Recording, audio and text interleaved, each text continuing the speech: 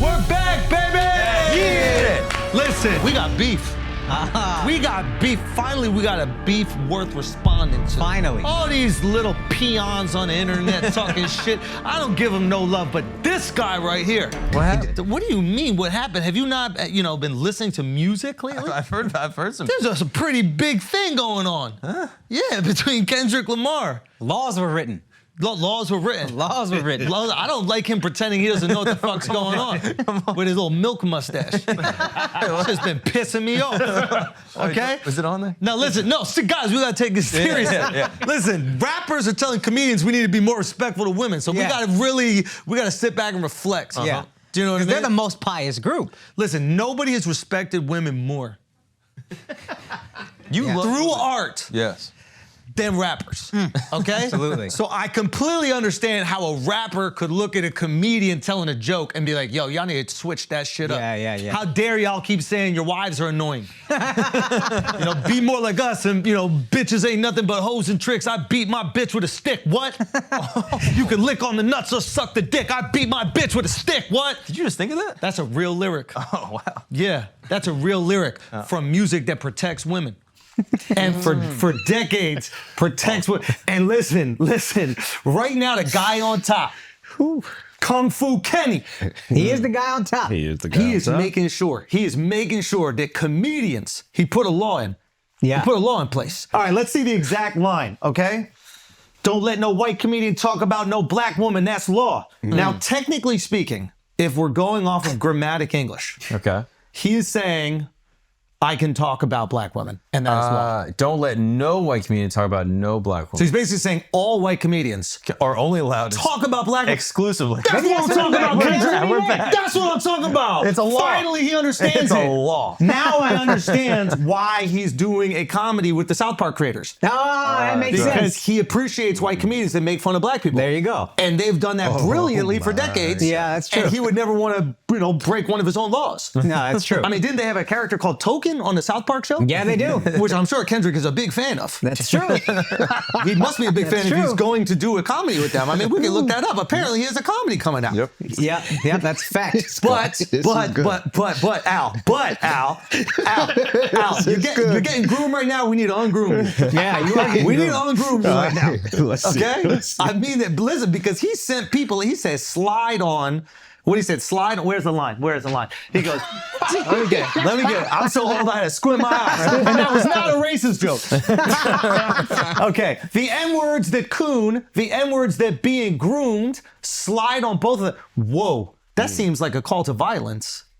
It does. Why would he call to, if he's about protecting black people, why would the call to violence be towards the black dudes, not the white guy making the joke? Well, you gotta understand. What? Well, no. You gotta understand. Because I snitch. I cooperate. I tell. Yeah, litigation. Okay? You go squabble up in a jail cell. Here's what you gotta understand about Ken. It's very important to him to protect black women. That's why he's never done a song with an abuser confirmed. He's never done a song with anybody that's suspected of abuse. He's never threatened to remove his music from Spotify because they removed R. Kelly's music, who for sure fucked and held captive underage black women. Hold on. This is all very important to Kendrick. Wait a minute, just let me understand what's going on here, because I think that you're using sarcasm as a comedic device. It is a comedic device. But you're so fucking smart right now that I don't know if you're serious or making jokes. Are you saying that Kendrick Lamar put it on wax that he is protecting black women from white comedians' jokes, but not the kidnapping, molestation, and Oh, yeah. of R. Kelly? And actually, in reality, he would take his own music off Spotify to protect R. Kelly? Yeah. Someone who's kidnapped, A sexual molested, predator? Yeah. and black women? Oof, children. Are you saying that he's done songs with other men who have potentially put hands on black Not women? potentially, confirmed. Wait a minute, convicted? Yeah, I don't know what you call Chris Brown, but yeah, whatever that is. Not breezy! Not breezy! I took a picture with Chris Brown. Hey, bro, I took a picture with him immediately. Can I tell you something? Yes. We ain't protecting nobody. Y'all can protect your fucking selves. Everybody gets these jokes over here. Yo, this guy been telling me for a year straight Indians fuck mud. What you gonna do? Listen, they going down on it too. I've seen a lot of videos of them eating mud pussy, bro. They literally put their head in the mud straight.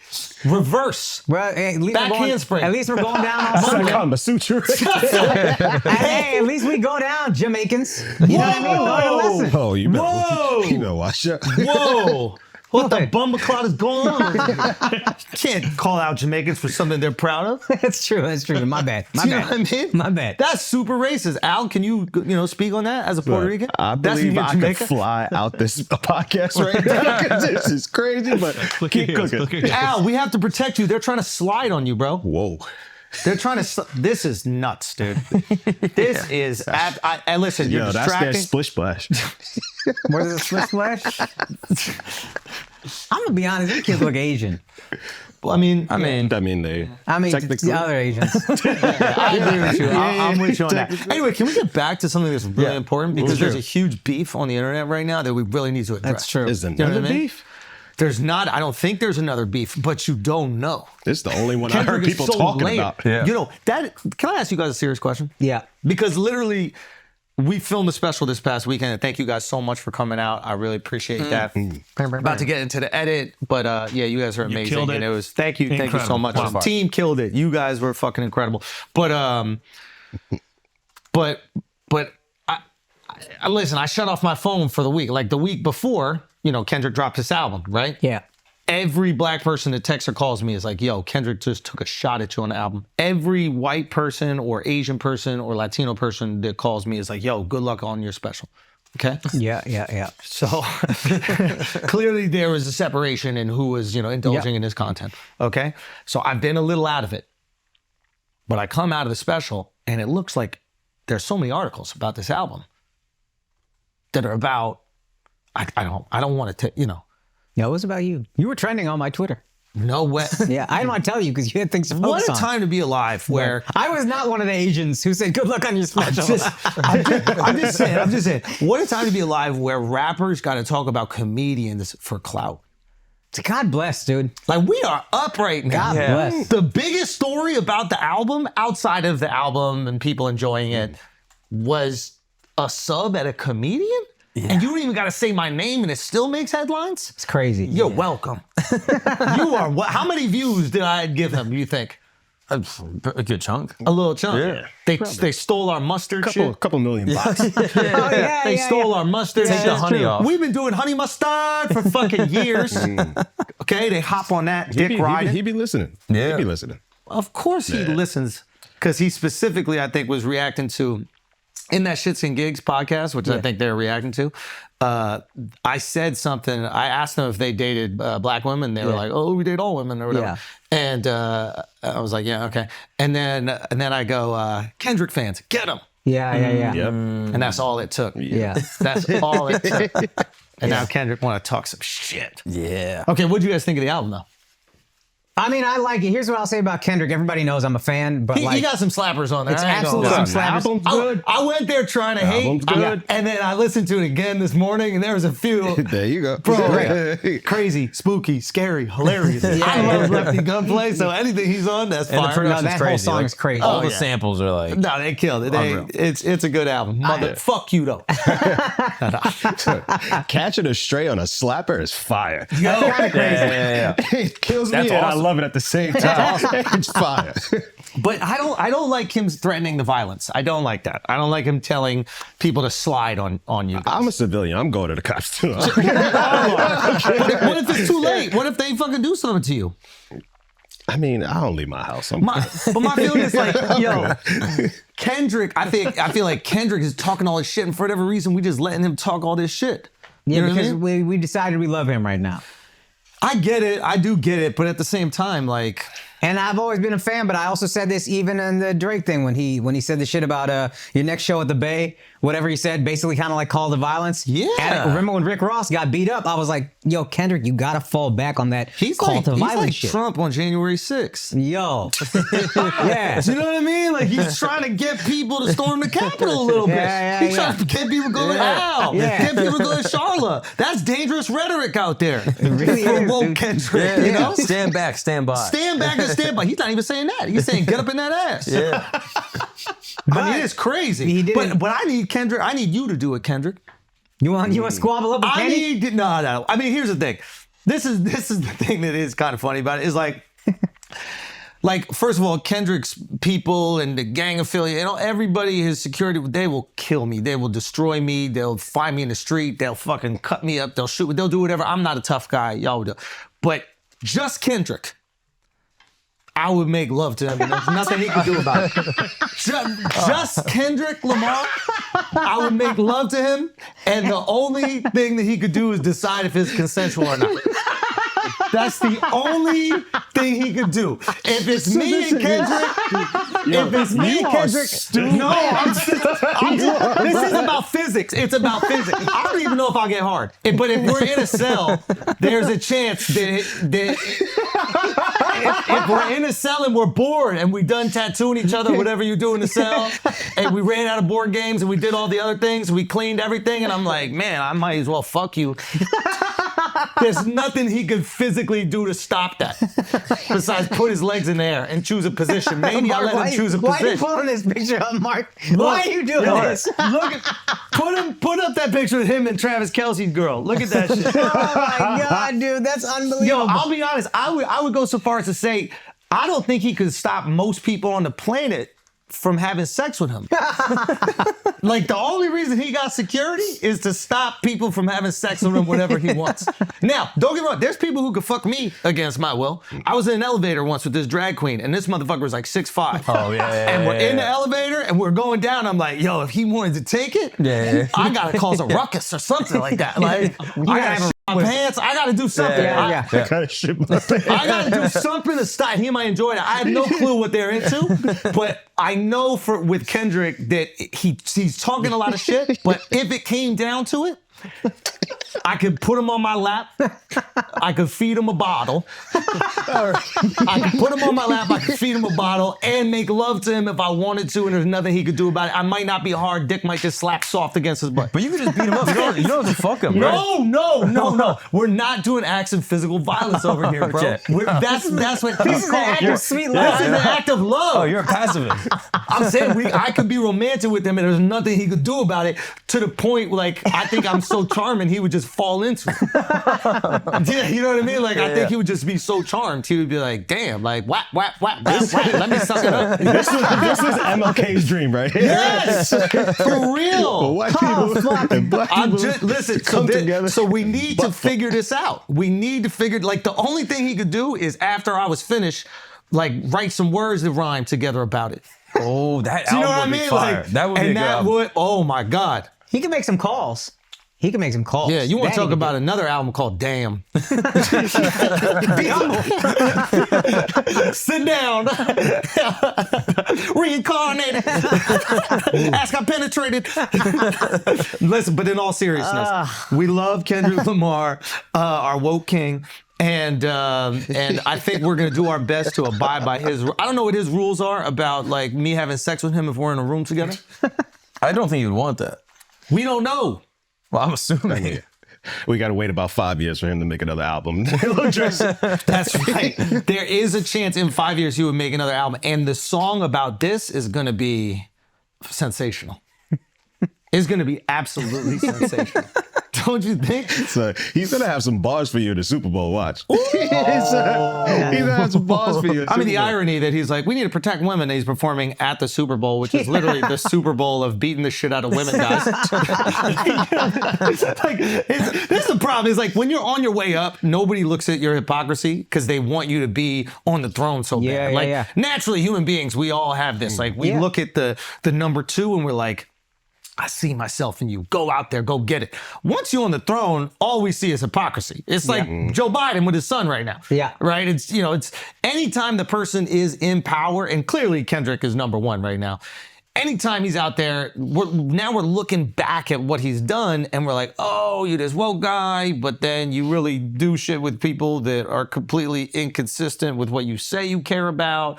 Maybe you're just using this as an identity to feed your narcissism, and you can't just go out there and be a complete narcissist, so you're gonna masquerade as an altruist, someone who protects the community, but you only do it when it benefits you, when you put out an album. Like, where's all this love for black women when Kamala was running for president?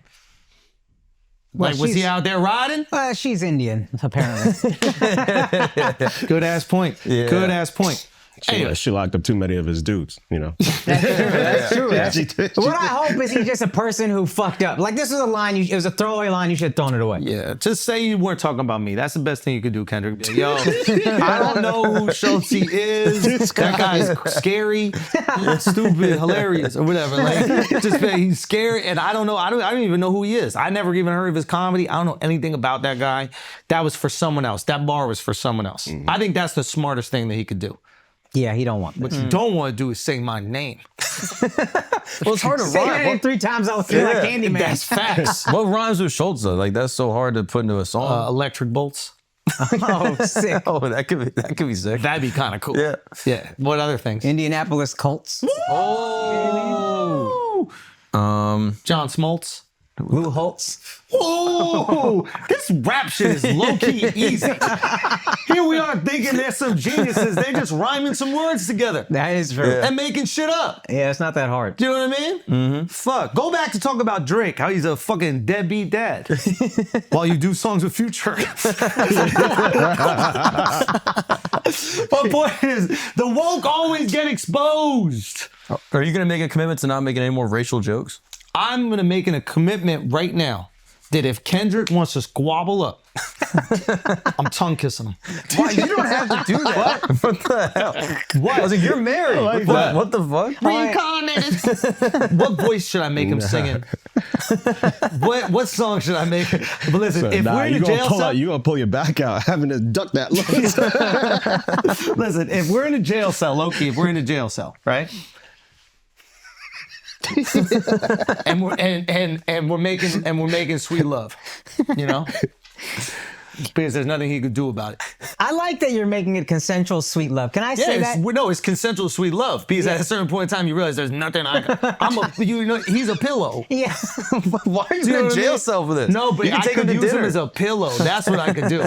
I could be like, yo, put your thighs at the end of my bed. I'm gonna rest my head on it while I go sleep. And there's nothing he could do about it. Oh my God. His people could absolutely destroy me. I'm not a tough guy.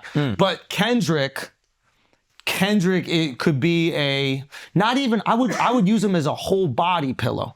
So I'd say lay there rigor mortis, but I'm gonna put like your legs in between my legs. Do you know how like love pregnant that. women Yeah, sleep? yeah, Like a yeah, waifu. yeah. That's your He's wife. my waifu. Yeah. Absolutely. Hell yeah. 100%. Anyway, no, I had a point that I was just about to make with this. No, a very You serious made point. plenty of points, right? It was a very serious point. You think I'm just talking about frivolous sex with Kendrick Lamar? Is that what you think that we do on this podcast? It's It's incredibly not serious. frivolous sex. It's It's not making frivolous. sweet love. It's making Yeah. sweet love. Yeah. Buttercup. Only white comedians can make this joke, bro. I don't even know if we can, bro. This is a new law. Yeah, right? yeah, yeah. I Yeah, don't you should have even said know that. if we White can. comedians don't joke about be fucking me in the ass. Like Yeah. I would have put that I in didn't the say song. I'd fuck him in his ass. Excuse me. I said I'd make him hold his thighs together tight. Make a little pussy out of that. Not put my dick where it doodles, Mark. That's disgusting. That's gay Make also. a little thigh pussy for me. Yeah. Oh. Squeeze it tight. Do you know what I mean? I would do that. Put your legs up in the air, sea walk in the sky, and make a little thigh pussy for your boy. That's not gay. That's not gay. I need you like this. I need thigh pussy, but I need it to be like two. All right. Yes. This is sit down. Be humble. Okay? All right. Next. Come on. Come on. I'm just a good kid in a mad city. Guys, I'm just a good child in a mad city. It's fucking mad out here. Oh, man. Come on. I think you put the other A in it. That was good. Yeah, because it's really mad. It's really mad. Do you know? Yeah. Hey, man. Kendrick, we love you, bro. But love you. That's true. He loves you. That's love. This is all said with love. No malice. Yo, no malice. We love you, man. We wish you best of luck with all your future endeavors. Best of luck on top. It's hard being on top, my boy. It's hard being on top. On top of. Don't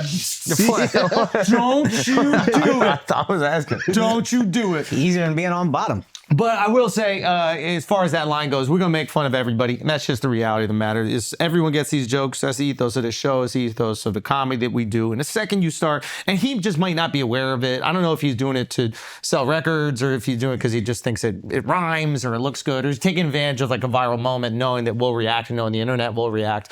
But the reality is the second that you make a group protected, everything else becomes racist. You're either racist to that group or you're racist to everybody else. And when you make fun of everybody, that is the one beautiful thing that allows us to kind of come together and laugh at ourselves and each other. I've been very fortunate to travel the world making fun of people of all different race, religions, cultures to their face, everywhere around the world. That is everywhere. And they've had an incredible sense of humor about it. They're coming out specifically to see that happen. So it's not something that's ever going to change. And maybe it's something that he'll learn. And maybe it's something that he'll start to understand a little bit more. He might just not know really anything about comedy. And I know that sounds crazy, but it just might not be his thing. And like he might just have that knee-jerk reaction and he's just like, yo, this is wrong. You can't. Maybe it's the only clip that got sent his way. Exactly. And if you only get sent one clip, then you're like, oh, fuck this guy. But yeah, I just, that was disappointing. As a fan, I was like, ugh. Yeah, because you never want, like, imagine the person in your friend group going, guys, can we not talk about Asian men for a little bit? Yeah. A little bit. Like, imagine one of your friends saying that. He's not my friend anymore. He's not my friend anymore. No, we are killing that motherfucker for the next 3 months. Remember that time where you were gay? Yeah. That's what you say. Remember you acted like a gay guy that time? And for 3 months, you're just getting destroyed. Out of the group chat. Yeah. Immediately. So you don't want to be Kung Fu Karen. Right? And that is what ends up happening when you have this type of rhetoric. Now, being on top is different. Being on top is much harder. It's way harder to lead. It's easy to conquer. It's hard to lead. So we hope you do the best with your reign. And if it's deserved, then it will be long.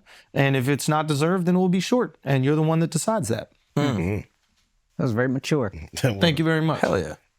Shout out Drake, though. You know what I mean? Shout out Drake. Now, I almost feel like I should just say a bunch of things about Kendrick that aren't true to get it out the way now in case he tries to say shit about me. Oh. Like, you gotta get there first. Strike first. Do you know what I mean? Okay. He's probably Al-Qaeda. That's not true. I think he did 9/11. Listen, because he called Drake a pedophile. You know what I mean? So it's like I gotta call him shit. Yeah. Ahead of time. Anything is better than suing. That's a so call him anything you want. He's a it's better than suing. Yeah, it's better. A terrorist. He's an amphibian. You're an amphibian. Yeah. He could breathe underwater, man. He could breathe underwater. I bet you didn't know that about him. And on land. You know what I mean? The Life Tour, the final show, Hawaii, Honolulu, December 21st. This is the last one. I can't believe we're even saying this. It's been almost 2 years of my life. It's just unbelievable. I'm looking forward to coming back out to Hawaii. All the boys coming. It's going to be a wild time, man. We're going to make that show extra, extra, extra special. You know how much love we got for you guys out there, man. I can't wait. The Bladesdale, the Bladesdale. We always say I fuck up the pronunciation, but you know the arena. Grab your tickets, and we will see you there very soon. Peace. Also, guys, tour dates. We got a lot more dates we're going to announce soon for 2025. For 2024, the last show is December 4th. We sold out Long Island. Shouts to Trump. You did your thing on that one. December 6th and 7th. This is the last weekend for me for 2024. We're going to be in Albany at the Funny Bone Comedy Club. Buy your tickets, AkaashSing.com before they sell out. Thank y'all. This has been so fucking cool. The ticket sales have like doubled. I am selling out, knock on wood, I don't know how many weekends in a row. It's been awesome. We've been adding shows. I'm so grateful to you guys. Thank you guys so much. I love y'all. I'll see y'all next week with announcements for 2025. What is going on with this Drake lawsuit? Yeah, Mark, please break this down, because on the surface, it seems embarrassing. Yeah, it's interesting. So it's technically not a lawsuit. Technically. Oh, whoa. Technically, it's not a lawsuit. It's a petition. Okay, Yes. that don't make it better. And it's not. Technically, that don't make it better. Yeah. Well, I think the headline is like, oh, Drake suing Kendrick Lamar, which is not really true. No, Headline is just suing UMG. Yeah. Right. But I think people commonly see it as like, oh, he's suing Kendrick, which is technically, there's like, I don't know the exact terms, I can look it up, but basically like pre-judicial, they're looking for documents. They're suing to get evidence. They're not suing, they're petitioning to get evidence so that they could build a lawsuit. To build a lawsuit if the evidence is there. Right. Against UMG, and his attorneys are basically claiming that UMG was effectively boosting the streams on Kendrick Lamar's Not Like Us record. And how would they do that? By basically giving it at a discount for the royalties. Can you explain how that works? So effectively, the way I understand it is that in order to run a stream, then whenever you do the stream from a platform, you have to pay the label. So Spotify would have to pay UMG. Yes. And then UMG sets the stream at a price. Correct. And what you're saying, or Drake is alleging, is that UMG gave a discounted price to Spotify. Correct. That made them play it more because it was more advantageous to them. They're like, oh my God, I get 30% off. Let me just keep spinning this song. Yeah. Correct. There's other allegations that people within Spotify that, quote, had a perceived loyalty to Drake were fired. And so this was like an apparent effort to conceal the scheme. And then they also claimed that by boosting certain streams by one artist because there's a zero-sum game, that it also devalued Drake's ability to organically get streams. So because Kendrick's stream is getting much more play because it's zero-sum, Drake is getting less play. Now, this is quite interesting because there's another component to this. I don't know how true this is, but apparently Drake was in a contract negotiation with UMG at the time. He had just delivered, I think, on his last contract, which was like $400 million. Yeah. And now he's re-up and he's like, how do I get a $600 million contract? Or whatever. Yeah. And UMG, I think, was basically like, we don't want to give you even 400. We want to give you less. Yeah. So I think he's alleging that they boosted this Not Like Us song so that it could hurt Drake's stock so that they would have a better negotiation for his upcoming album. A lot of sports franchises do that. I was about to say 100%. So like, NFL players had a great year. He's about to re-sign and all of a sudden a video comes out of him like doing coke with a hooker. Yeah. And you could make the argument that the team holds on to that information and then when it's time for contracts, they drop it. Yeah. You've heard this. Yeah. So that's, I think that is, now whether this is true or not, first of all, I mean, obviously suing in a situation like this, you lose all street cred. Yeah. Also, like, he's being called a pedophile in the song, but didn't he tell Kendrick to call him a pedophile in his earlier song? Yeah. Yeah. He also... So it's like... Wait, what do you mean? Like, he had a bar, like... talk about the video of me kissing the 16-year-old. Oh, like when he tried to Eminem himself where he, like, says all the things. And then Kendrick was like, okay. Yeah. And for the record, also, Universal and Spotify said that it's untrue. Well, the 30% discount thing... That is true, though, right? Yeah, the 30% discount thing is true, but apparently that's been done before, and I think it's been done for Drake. Essentially, this might not be it, but something like when you become the featured artist on a Spotify page, UMG might say, hey, if you do that, we'll discount the licensing fee or whatever. And then Spotify is incentivized to be like, okay, bet. And Drake was all over Spotify and Apple Music for, I think, Gemini guaranteed, or Scorpio, whatever it's called. Guaranteed, whatever they're doing for this song, they've done with Drake. Yeah. They've done with all their artists. It's marketing, right? And like, so he's alleging payola, he's alleging all these other things. There's an interesting argument here, which is like, Drake really feels like this song isn't actually a hit. Like, he's been talking about bots and he's been talking about all these things from the beginning. And I wonder if it comes from this place of Drake's never really heard the song out, because whenever he's out, nobody plays the song. So I wonder if, like, he's a dude who's out. He's at the club. He's doing different things. He's at social events. He's not hearing this song ever. And I wonder if in his mind, he's like, I don't think motherfuckers are playing it. Now, it's delusional. Yeah. He's also heavy online. He's so all the posts, plugged in. Yeah, so. But there's got to be some disconnect where he would even go bots. He would even... I believe all of the allegations that he's claiming are true. I but think also true for every artist. Yes. Right. So you just crying when it happened to you, not when it favors you. But also the nature of it happening is slightly different. Like him just promoting a standard album is one thing, but this is a direct album that's not just also trying to float, but actively aggressing towards him, right? Like it's actively defaming his reputation. But that is the nature of a rap battle. It's like if they boosted his tailor-made song, Meet the Grams or whatever it is, it would also defame. Like, I'm fairly certain they boosted Family Matters, and they must have boosted Back to Back. Back to Back slapped. It was a crazy hit. But I'm positive, again, like you said, bots are just everywhere. Yeah. They're just working every song. Back to Back was the fucking song of the year, whatever year it came out. I got a question. Is this their PR company, like a Drake PR company? Like I see this with Drake, I see this with The Weeknd, I see it with a bunch of artists. Every like few days, there's an onslaught of every Instagram page that's like about music has more or less the same post where it's just like, Drake is the #1 most listened to artist and whatever, and they all have a different variation of the same post, and it all comes out. And as I'm scrolling casually, I go, man, he's popping, this motherfucker, whatever. But I wonder if that is a PR agency, that it's their job to constantly push the narrative that this person is the #1 artist. So that is a coordinated effort. Yeah, absolutely. Wow, I feel so stupid to just put that together now. Here I am thinking, if we don't get a write-up about something, you know, or if we're not included in a list or something like that, we're like, I guess nobody just acknowledges us. It's because we just didn't push it out there to tell them to say that. Because we're not paying a PR agency to constantly push the narrative. I put together there's certain people. All that stuff, all the Instagram pages, even old print magazines. I think people know, like sexiest man in America. That's all PR. It's all paid. Yeah. Oh my God! So, but it's effective because I wouldn't even call myself a casual. I'm like pretty into media, and I'm being. I don't want to say duped, but I'm believing the narrative. I'm like, oh my God, this must be the biggest thing in the world. Here we are busting our ass on our own Instagram, hoping people see it. When in reality, for way less money, you could just pay 20 other Instagram pages, and then you'll feel like it's unescapable. Yeah, it feels decentralized because you're going through it and you're like, dude, all of these disparate things that have nothing to do with each other are all promoting the same narrative. And this is beyond music. I mean, dude, there were comedians when we were coming up when we used to take.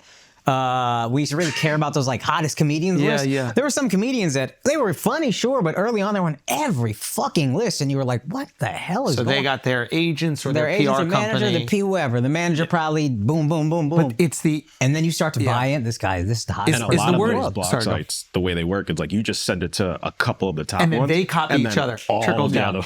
Now, the word is it inescapable?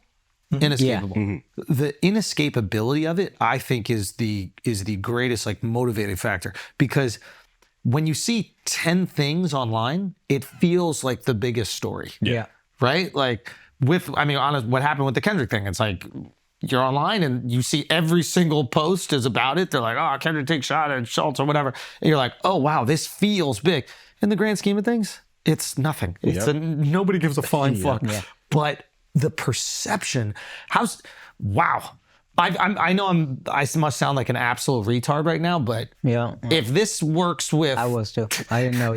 But like, if this works for like a random narrative around a rap song or a rapper or whatever, imagine what they're feeding to us politically. Imagine what they're feeding to us culturally. Oh yeah, dude. We'll get to it with the Biden stuff, but you can hear the same line from different media outlets. Sorry, about Joe Biden and defending it. This exact line, boom, boom, boom, boom, everywhere. What did you say? Decentralization. Yeah. That is where it becomes so effective. Yeah. When it feels like everyone around you shares the opinion. If you don't have the opinion, you go, I must be wrong. Yeah. You just automatically conform. Yeah. Bro, you wonder if Kendrick put that lyric in there because he knew you were going to talk about it? Of course. And then you were going to promote the album? Of course. Oh. He didn't count on us taking Thanksgiving off. Crazy, spooky, scary, hilarious. Special of film. Hit you with a nice Stylebender episode. Take that. Okay? But now we talk about it. Right? He fucking got us. God damn. It's fucking smart, man. Yeah, but how many Easter eggs do we have in this episode that you didn't even realize? Dude, there's so many Easter eggs. So many. Oh, Kendrick fans, there's so many Easter eggs. Find them. Nope. You just missed one. There was one. Let's see if you can rewind it and find it. The total time of the episode was 366 seconds.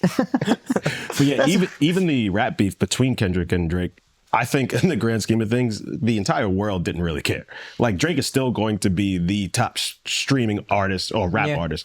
But to us, that was the only thing. Yeah, and we think like Drake has been dethroned. He hasn't. That's so... Like, he's still going to outstream. Dethroned in what way? Like... Numbers? Yeah. I just think Drake like is... Cultural influence? No. Maybe a little bit here, but I think worldwide, no. Yeah. I think it's smart what he's doing now. Like, he's going to do a little tour in Australia. And I thought that was really smart because the way that Kendrick timed this beef was brilliant. Yeah. Right when you finish your tour, Yeah. I'm going to go to war with you, and you have nothing to show that you're popping. Right? Because the beauty of having a tour is say whatever you want. Videos are coming out.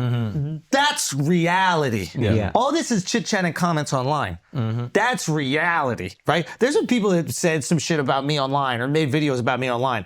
But then when we post the garden, crypto, the forum, the arena, Etihad Arena, the arenas in literally the arenas Drake is playing in Australia were the arenas that we play in Australia. It's like, it's very hard to believe that when you're seeing the reality of people showing up. And I think that Drake needs a nice win. Drake needs the... You know what the tour is called? I Need a Max Win tour. That I didn't think was smart. It felt a little desperate. Yeah. But we can't let Drake off the hook. This is the dumbest thing he could have possibly done. This suing shit. Oh, like, this is Just stupid. street cred He go looks porn. so fucking corny. Yeah, and that's what I would Like- say to anybody who says his streams are going to be up because Drake is a pop star. He just is. It's like saying Nelly outsold, I don't know, Jay-Z maybe in the year 2000, from 2000 to 2007. Oh, yeah. That don't make him a better rapper than Jay-Z, or nobody's going to put him on a rap list above Jay-Z. But it was pop music that hit. Drake has pop music that hits, so he's always going to be crazy ahead on streams. I just think as a rapper, he's moving horribly. Anita Max Win, not a great name for a tour. The lawsuit, it's like, you already got embarrassed and now you're just embarrassing yourself. What do you do? But what if it goes to a lawsuit and then he's able to win and successfully prove in a court that Kendrick's streams were inflated? No one cares. Yeah. The You don't think song so? was still fire. That's the thing. No The one song, cares. like, this is Like- this is the thing that he's messing up. If the song wasn't a slapper, but it was really popular, I think that we'd be like, that makes sense. Yeah. The song goes crazy. Yeah. It's almost as good as whacked out murals. It's really on that level. I might be biased, but it's on that level of whacked out murals. But what if Not Like Us had to think about what jokes were funny? Then do you think it would have been just the greatest of all Greatest time? song of all time. you could charge Spotify double, we're still streaming. That shit would have beat Thriller. Yeah, that would have been a new thrill. Yeah, dog. If he said it about Euphoria, and I love Euphoria, but like we'd be like, oh yeah, Euphoria being the #1 song in the world seems a little weird. Yes. But Not That's Like a Us, great you example. hear it outside everywhere, and everybody's rapping every lyric when it comes on. Dot fuck him up. Is that? Whap, yeah. Dot fuck him up. Yeah, That shit is fire. crazy. No, listen, he's really good at making music. That's the other thing. As annoying as he can be, he is also very good at making music. Some of the stuff I'm like, okay, whatever. But sometimes you hear it and you're like, what the fuck? This guy's phenomenal at the craft of making music. So saying that somebody's using bots that's also really good at making music, it's a tough pill to swallow for, I think. And has been co-signed by every other GOAT. Every other GOAT also says, nah, this guy's a fucking truth. So it's not even, you can't just say, oh, only casuals like him. You can't just say, like, if I hate on Drake, but Snoop, Jay-Z, whoever, every one of them is like, nah, that guy is different. Yeah. I'm a dickhead. Fucking Snoop apologized. Yeah, yeah. To who? To Kendrick. To Kendrick. What'd he say? What said- Kendrick say about Snoop? He said, So remember when Drake put out the diss where the he was tailor-made using freestyle? the AI, and it's- like Snoop like reposted it, and Kendrick's like, "Yo, how you gonna do that? Like you must have ate edibles." He said it must have been the edible. He said, like, I prayed it was the edibles or something like that. Basically, like, why is a West Coast guy big up in someone else using Tupac's voice and whatever? And then Snoop tweeted, GNX's album is fire. You're right, Kendrick, it was the edibles or something like that with a laughing, crying emoji. Snoop's the man. Yeah. Snoop can do whatever he wants, bro. That's OG. Like, But that's the let thing. him- Snoop could do whatever he wants, and the fact that he even retracted that is they're respecting Kendrick like that. Like Drake is every step, even the fucking going on streaming and the betting and doing little subliminals. Like you can tell he's still Going hurt. at DeMar DeRozan was He's still corny. hurt. I think- he's still bothered. Yeah, I think Drake, like most people in entertainment, care deeply what people think of them. Fair. And they crave approval. Fair. And now for the first time in 20 years, Drake believes that the perception of him might be skewed. It might be he's a pedophile, or it might be I don't think that people really believe he's a pedophile. Do you guys think that they really believe I don't that think about so. Drake? I don't think so. But it's just a funny thing. Yeah, it's a Oh no, punchline. it's a funny punchline, Yeah. right? But I think that really affects him. He is a performer. He's an artist. He does something in front of a crowd. We know a lot about that. Yeah. We're affected by what people think I about absolutely us. am. And that's got to be fucking tough, especially when you've been loved by everybody. A reign that we have never seen in Phenomenal. rap. Maybe not all the music, but definitely rap. We never seen someone on top for a decade plus, 15 years on top. Even when Push exposed him for whatever, came back right back within a month. You know how Drake wins this? Just threatened to make sweet love to Kendrick. That's what I'm saying. Because we saw that piece. If that piece is real, that piece is real. No, that's aggravated assault. That's dangerous. Deadly weapon. That's assault with a deadly weapon. Wait, so you say you not carrying like that? My shit gonna fit a little better. My shit gonna fit a little better. And then I'm gonna call Kenny my holster. Schultz is like us. Hey, thank you, dog. Yeah. No, but for real, I don't think he went there with it, and he needs to. Yeah. That's where you need to go with it. Yeah. If you really about that life. CLB. Certified lover boy. Certified, show us that you're a certified lover boy, man. Put him on your lap. Give him the popcorn. You gotta give him that pop. Stop sucking pop. No, for real, you gotta give him that popcorn. Yeah. If you're not willing to go there, you're not willing to win a battle. You're not willing to win a beef. Mm-hmm. Kendrick went there, called him a pedophile. You gotta go there. Come here, little kid, sit on my lap. That is the only one up. You can't go anywhere else. There's nowhere past that. Or Kendrick gotta be like, I'ma suck it. Oh, That's the only way. and then they meet up. Then they meet up. And we watch. You deserve this. Can you imagine? You deserve It's gonna it. break the internet right there. Yes, it will. It'll break the internet. We started right here. They face off. That's fucking no snow. Start sucking each other. What type of lube do you want? Mustard!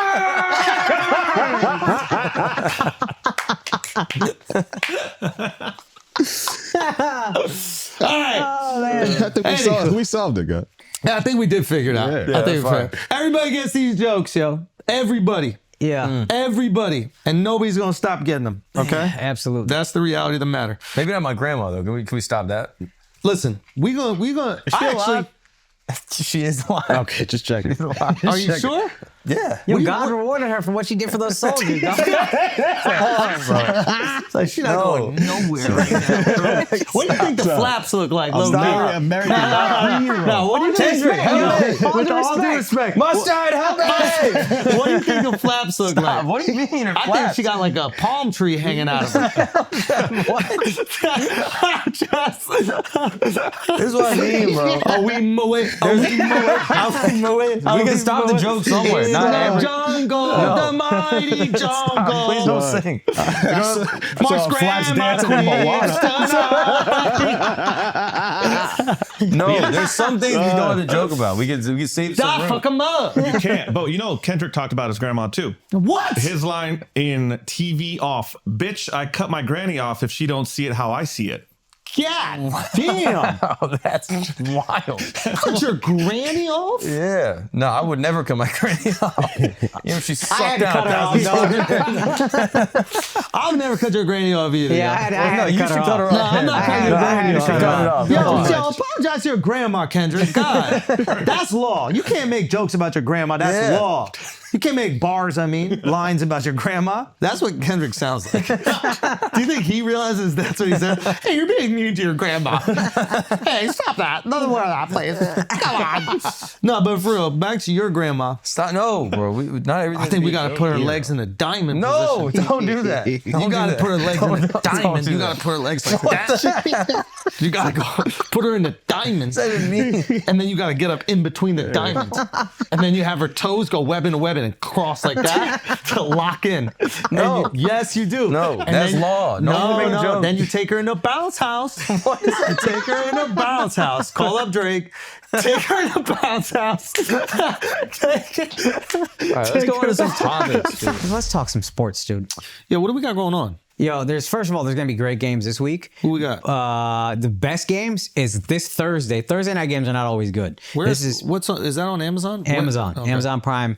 The Packers Lions. Okay. The Lions are, I think, 11-1. Best team in the league, according to most people. Packers are a little up and down, but still very good. They're like 9-3, I think. Okay. And it's a divisional game. Okay. And I think it's in Detroit, but still, it's going to be a fucking good game. I actually think Green Bay has a chance. I think Detroit has been kind of. They had some huge wins, massive wins, but they had a few in a row. It seems like where they just kind of squeak by. Why are they so good this year? I know they were good last year, but like, I think the offensive coordinator's name is Ben Johnson. He's a fucking amazing, like really creative play designs. A good offensive coordinator can level up the play of the quarterback. Jared Goff has been fairly good his whole career, nothing incredible at all. But this year he's like playing out of his mind. Stud. So I think that's the main thing. And then I think the coach Dan Campbell made like a culture that is like he's legit. Did you watch the Hard Knocks at all? No. It's a show I don't normally care for. Yeah. But if you watch the Detroit Lions one from like 2 years ago when he first got there, it's awesome. You love this guy. You love playing for him. You love rooting for him. And they've just all bought in a way that I didn't know if they could recover from San Francisco, but they did. I think the coach said something that was it said something about that loss. He's like, well, this is the hardest thing. It's getting your team back up to go do it again. Yeah. Like when you reach almost the mountaintop, right? That's a far way to And they had a big lead and they blew it. They just fell apart. Yeah. And I don't know if they'll fall apart this year. The Eagles look really good. The Packers look good. They could lose. This Saquon Barkley turnaround is fucking believable, dude. And what is it? It's just like is it better play calling? Is it better line? He's healthier and it's a good offensive line. Good offensive line makes the biggest difference. But also he's just healthy this year. I think we love these stories because there's always a little bit in us this feeling like if I was given the opportunity. Yeah, and he was kind of disrespected by the Giants in free agency, which we all identify with, feeling disrespected, unappreciated by employers, blah, blah, blah. So we're all kind of rooting for him. Yeah. The other game that's going to be really good, though, is the Chiefs and Chargers. Okay. I think that the Chargers actually have a shot at this. Because the Chiefs just keep they barely beat everyone. They're winning every fucking time. It's like defying all probability. But they're winning every game by like 3 points, 2 points. But isn't there a little part of you that goes, that's because when the going gets tough, they have another level they can get to? I think so. But the Bills beat them, I think, pretty handily, I think. And the Bills are really good. They're like a truly good team. Yeah. And I think the Chargers with Jim Harbaugh as their new coach, and he's a quarterback guy, I think they're a good team. So you're going, what are your picks? I think I go Lions, and I think I go Chargers. Wow. But I don't know what the spreads are or anything like that. Those are teams I think will win. Okay. But I think the Chargers can actually beat the Chiefs. I think, again. I mean, that's probably the money right there. Yeah, Mahomes seems to pull it out. But like that, those would be my picks. Yeah, he's just so But talented. this is a fun football season, man. There's I can't believe, I know people are going to be so excited when I make this analogy with paddle, but I've noticed, if we're playing against people that are better than us and it goes to like a golden point, I don't know if they do this in tennis at all, where it's like deuce and you just go, okay, whoever wins the next one. No. Okay.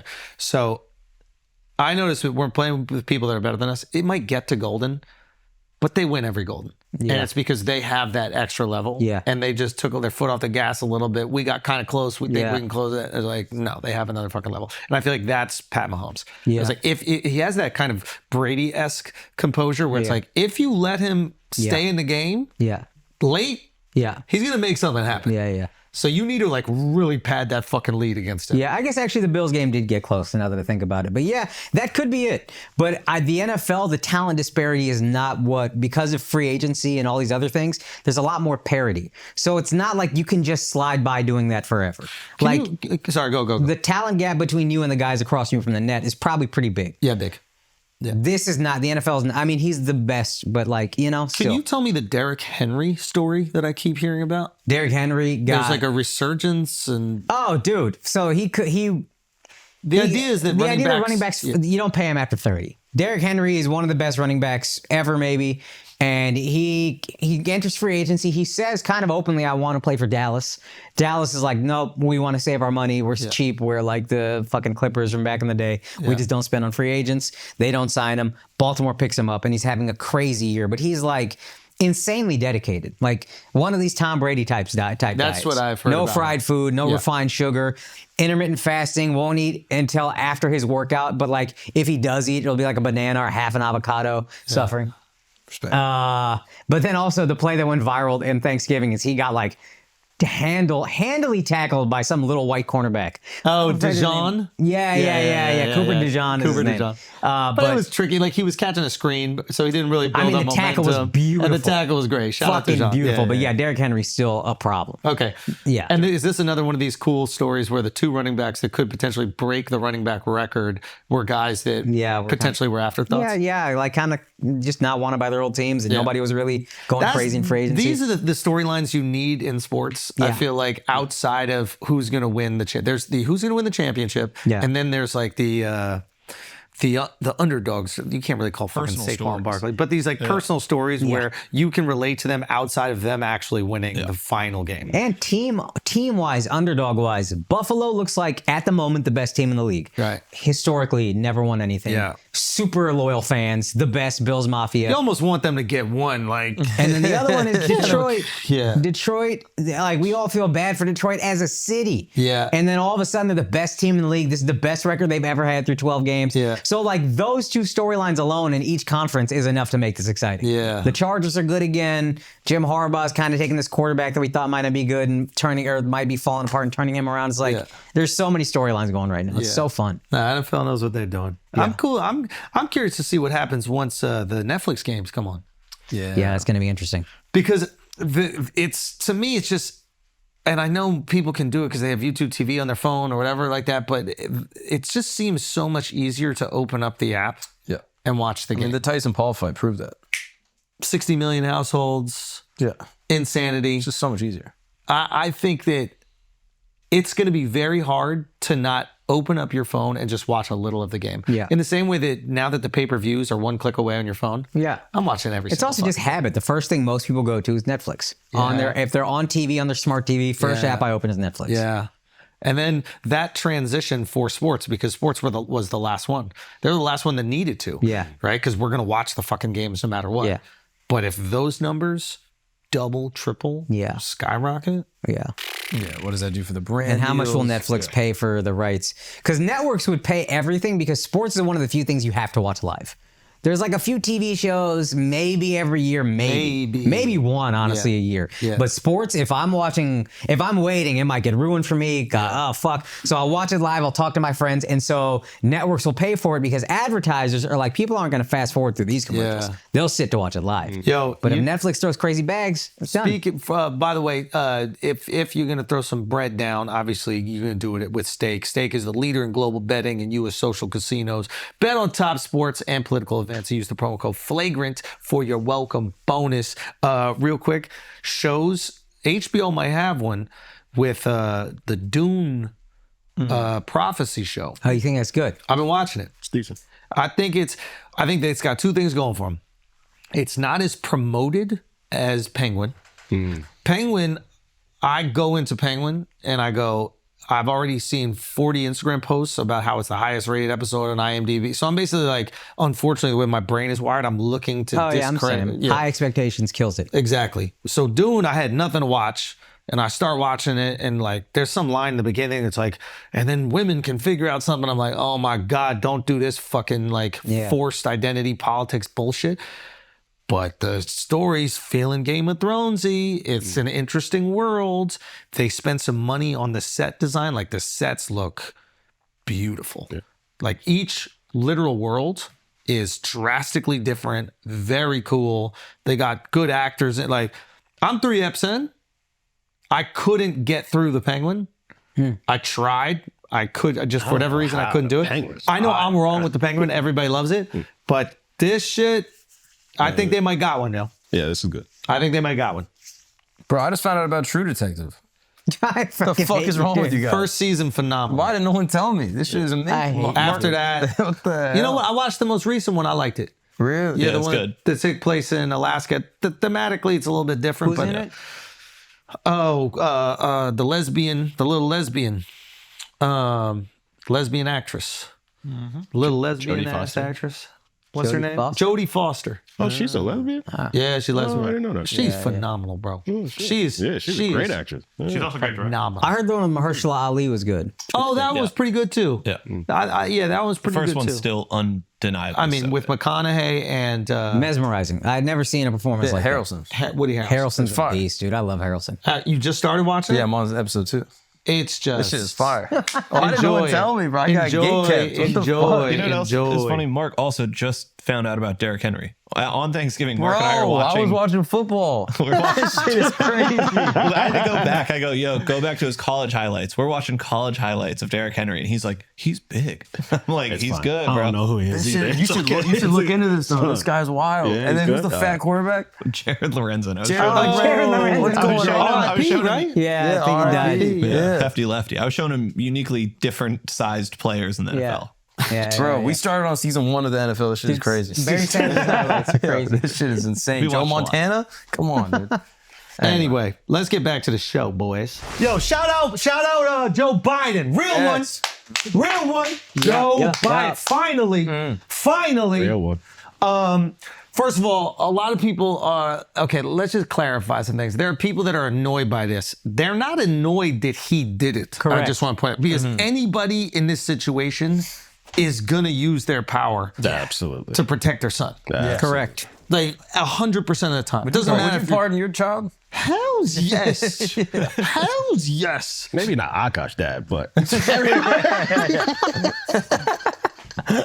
Son, you think your daddy would pardon you? Dead serious. You think your daddy would pardon you, though?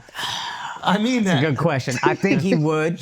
But he charged you like 10% of your earnings. Yeah, there's a catch. There's a catch for sure. Yeah, he would not pardon my brother. He would pardon me, but then he just would make sure I had like a really shitty life after or You something gonna like that. pay for it. Yeah. You You gonna wouldn't fucking accept pay it. You for it. wouldn't accept the pardon. You'd be like, I'm going to stay No. right here. 'Cause I don't want to deal with this. he's like, you ain't holding this over my head. I'm getting butt fucked in this cell.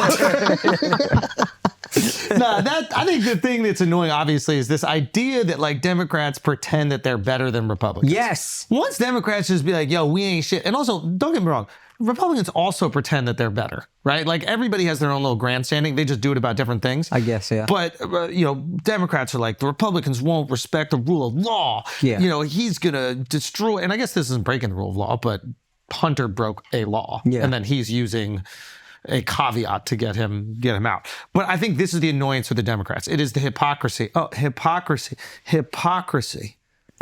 Hypocrisy is the theme of the episode today, Kendrick.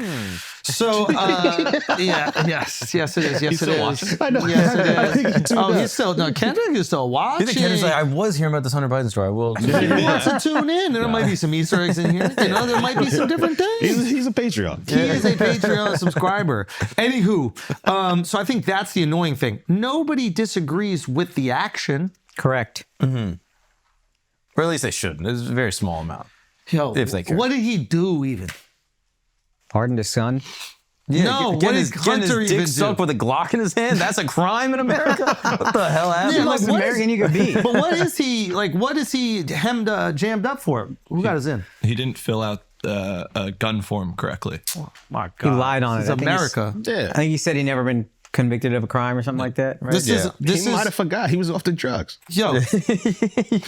Yo, my bad about the form. I was high as shit. I didn't know what was Real going on. talk, and I mean this sincerely. Do you have any sins? Because In my backpack, I think I do. somebody. David.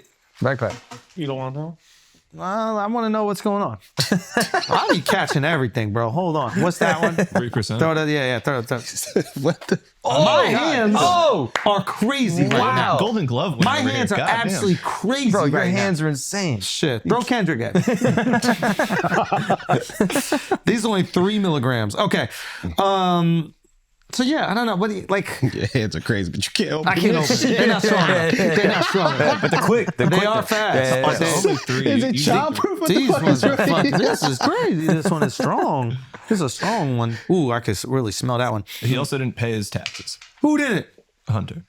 but then paid them back after. I feel like you shouldn't have to pay taxes, to be honest. Don't you feel like Yeah, conservatives should look at this and be like, yo, this guy hates theft. Oh, sounds like we're on Hunter Biden's team. Yeah. He loves guns, hates taxes. Nah, shout out Hunter Biden. Hunter Biden's a conservative. He's a real conservative, really is. dude. Yeah, that's sick. He 100% is. Dude. No, I mean, like, yeah. This is just, it's the glaring hypocrisy, and you got to let Republicans run with this one and have some fun. And you said, Democrats, y'all got to eat this one. You said for months we are not, Joe Biden will not pardon Hunter. And just don't say it. That is the concern that people have, which is rules for thee and not for me. Yes. And that is the criticism of the Dems, rules for thee and not for me. Yeah. This is a glaring example of it. Republicans, you allowed to have some fun and dance on this one as much as you want. And Democrats, you got to eat it. Simple as that. I think Biden said that shit because he was going to run again, and he's like, all right, let me say the good shit now and get in office, and then after I'm off, I think he had planned the entire time he was going to pardon him. Of course. Yeah, he's like gonna entire pardon him. time. Yeah. That's his son. But he's tweeting like, oh, nobody's above the law. Don't say that. Just in general. Say nobody's above the law so far. Yo, say that shit. Sell them a dream. Say whatever the fuck you want, bro. God damn, let's stop playing safe anymore. Say whatever the I fuck would like you want. that, dude. Yeah. Watching legacy media, like I was saying, the line, everybody has one line, which is, well, now that we have a convicted felon in office, all rules are. It's like, don't make it they're worse than us still. Yeah. Just be like, hey, who gives a fuck? What y'all expect? You wouldn't pardon your son? You wouldn't lie about it? Of course. I wish Joe came out and said that exactly. Yeah. What would y'all do? Fuck, you want me to try to lose the election? What am I supposed to do? Tell you earlier? Oh yeah, I'm gonna break the law. It's actually not the law, but I'm gonna didn't do anything wrong. I'm gonna bail my kid out just because I have a lot of power. Yeah, you're not gonna vote for that. Maybe we would have. Maybe we would. Do you though, think you'll pardon actually. your son? Of course I'm gonna pardon my son. I'm the president. Crazy? Yeah. And anybody who says they I made him wouldn't a is part owner of a lying. gas company in Ukraine. You think I'm not gonna Yeah. pardon him? And then go. That's the big Same thing Trump did when they actually, that is exactly when they asked him about the taxes. He was like, yeah, I found loopholes around paying taxes. That's what you're supposed to do. Fire. If Joe was like, hey, I'm gonna pardon my son, and if Trump says he wouldn't, he's a fucking liar. Yeah. You might be like, I like that. I like that, I yeah. respect that. It's funny that he's claiming now that DOJ is like Out to get him. Yeah, out to get him, and I'm like, yo, that's Trump's ball, bro. Yeah. Wait a minute, who's saying that? Biden? Yeah, Biden's saying Biden. that, This is a yeah. witch hunt. They're only doing this because of what his last name is. Get the fuck out of here. Kinda. Yeah, sort of. and both are just stealing our shit. We've been saying the justice system's been fucked up forever, bro. Oh, my God. Y'all actually steal a lot of our shit. Because What do white people steal from Son, black people, dude? Come on. we've been Name off, one we've been thing. off the vaccine. We've been off the vaccine. Okay, yeah. Black people knew that vaccine was fucked up Yeah. so Yeah, fast. how'd y'all Shout out know? black people. Son. Bro, they didn't. How'd you know? Come on, son. Y'all Son. steal it. And now y'all late to shit. That's even else shit. That's they really, see? Y'all really taking our shit, bro. Son, it is so true. Black people knew that vaccine was not to be trusted. Why did you guys know? So we be knowing you can't trust the fucking government. It literally is yo. This is All so the funny. bars is what we've been No, saying. this is so funny. The new, like, you can't trust the government, you can't trust authority, you can't trust it. Black people have been not trusting them, rightfully so, for fucking 200 years. Okay. Now white people are in on it, and it's like, that's a great take. That is a great take. Oh my God. Now white people are like, I think the police do some fucked up shit. I'd be like, thank you. Thank you. Finally. Killed all of our leaders. So next we're gonna become Karens. Watch. We're gonna bring that shit back. I mean, it just started. Did you watch GNX? Did you see the album? oh, that's funny. Bro. Blindly trust the government is a little racist, dude. Talk if you to think me. about it, because you have all these people who are like, dude, the government wouldn't do anything wrong. And they're like, oh, what about Tuskegee, syphilis experiments? And they're like, Yeah. oh, well, they wouldn't do it to us. You know what I mean? Like, they would do it to those people. Yo, they're not going to do it to white people. So what happened? They gave syphilis to the pilots? Why would they give it to the pilot? They want to see at altitude if they would have syphilis. Because they had the red tails down there. Yeah. So what was the experiment? It was done by the Germans. They had the greatest pilots that America ever had. They didn't lose one bomber in World War This II. American public I'm school pretty sure. system right here, people. I'm just saying, the Red Tails had the greatest flying record in American war history. They didn't lose one bomber. And then There was white racists that were like, I'm not flying unless them black people Yes. jump in the air with the planes on their backs and protect this bomber. Yeah. Jump in the air with the planes on their backs. They were like, I don't think they can fly, but them motherfuckers can jump. No, but and then they were giving them syphilis as well, or there are different black people at the base that they were giving syphilis. There's different black people. So hold on, this is my body. So Tuskegee was popping, though. A lot of shit was happening to Tuskegee. There's a whole black army down in Tuskegee. So there was a syphilis black unit, and then there was the red tails. They were not military, these syphilis guys. What? Yeah, no, they were just regular black. Oh my God, they should have been in the military. They would have completely avoided this. I don't know about that. But yeah, I think they were just sharecroppers down there. They were doing their thing, and they were like, "Oh, we're going to do an experiment. We're going to give you some vaccines and stuff." They Turns weren't out, sharecropping still in 1942. no, I think it was like some shit like that. Like it was like some fucked up situation where they were kind of working or something. Yeah. And they were like, yeah, we'll give you. I don't know the exact details. Talk that shit. He's wrong. That's a perfect example of how we. They were sharecroppers. See, I told you. That was still around in 1930. Yeah. America's been pretty racist till recently. You can't trust America. Come on, man. We've been telling you. Nah. America's fire, bro. So they pulled up. There's some bad people in it. Yeah, some bad hombres, dude. There's a lot of migrants. There's a lot of migrants. It was probably the migrants that did that. Bad hombres. There's some bad hombres. But it might have been the migrants that did that shit. Yeah, it might have we been the gotta migrants. look into it. We gotta look into it. Okay, but anyway, go on. And they were like, "No, we're gonna give you a little vaccine." They were, "All right, bet, sure." And then they gave them untreated syphilis, and they were like, "Damn, they die from this shit." And that was the experiment. I wonder if they're gonna die. But the idea was that it was gonna protect them. No, the idea was let's see how long it takes for them to die. Yeah. Who okayed It was like a Mr. this? Beast video. It's like, we gave 100 people syphilis. Hey, you know what's crazy? Yo, he said, who okayed that? Doesn't this gotta go up the ladder? Like, who's okaying this? Yo, they were the Wuhan bats of the 1930s. Ain't that crazy? This is nuts. What are you gonna tell me now? That black people weren't paid a livable wage when they was picking all the cotton and shit? What the fuck else are you gonna tell me now? Crazy, right? No, there's a You're wild saying shit that going on. America has a history of racism towards people of color? Is this what you're telling me right now? This news to me, right? I know this. Well, we gotta stop joking around about them, man. Those guys, I think we gotta stop joking around about them immediately. like those guys, those Tuskegee victims are the reason millions of black people didn't get the COVID vaccine. So Yeah. So they protected you. But some of them, yeah. There you go. Yes and no, but let's go on that. Some of them got the ability to fly, and that's how they became the airmen. So, to me, it's like X-Men. To me, everyone has an origin story. that is a pretty sick thing. Yeah, that good can come from bad. Good can come from bad. You know? I mean, wow. And if you have syphilis listening to this podcast, try a flight simulator. You know what I mean? Like, you might have amazing eyesight. You might have a superpower. Just Mark look into is it. good, dude. This look guy's into it, fucking good. What's the I'm first saying. person of the Wright brothers plane was just a black guy with a big fucking wings on, just jumping in there. Sonic. Yo, run really fast. It's just Wemby Yama. Yo, Wemby. Get it. Oh man.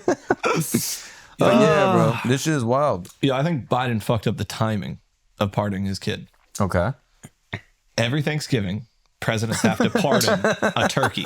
And then I think they bring out a big silver platter. It's his son. And he goes, all right, fine. And I guess I have to. I guess I have to. Dude, I think it was last Thanksgiving, they pardoned this turkey, but we thought it was Mark's grandma's vagina. Stop it, bro. What the hell? What the fuck are you even doing right now, dude? Why are you keep talking about my No, don't stop doing that. Can we blur that out? That's how his grandma said.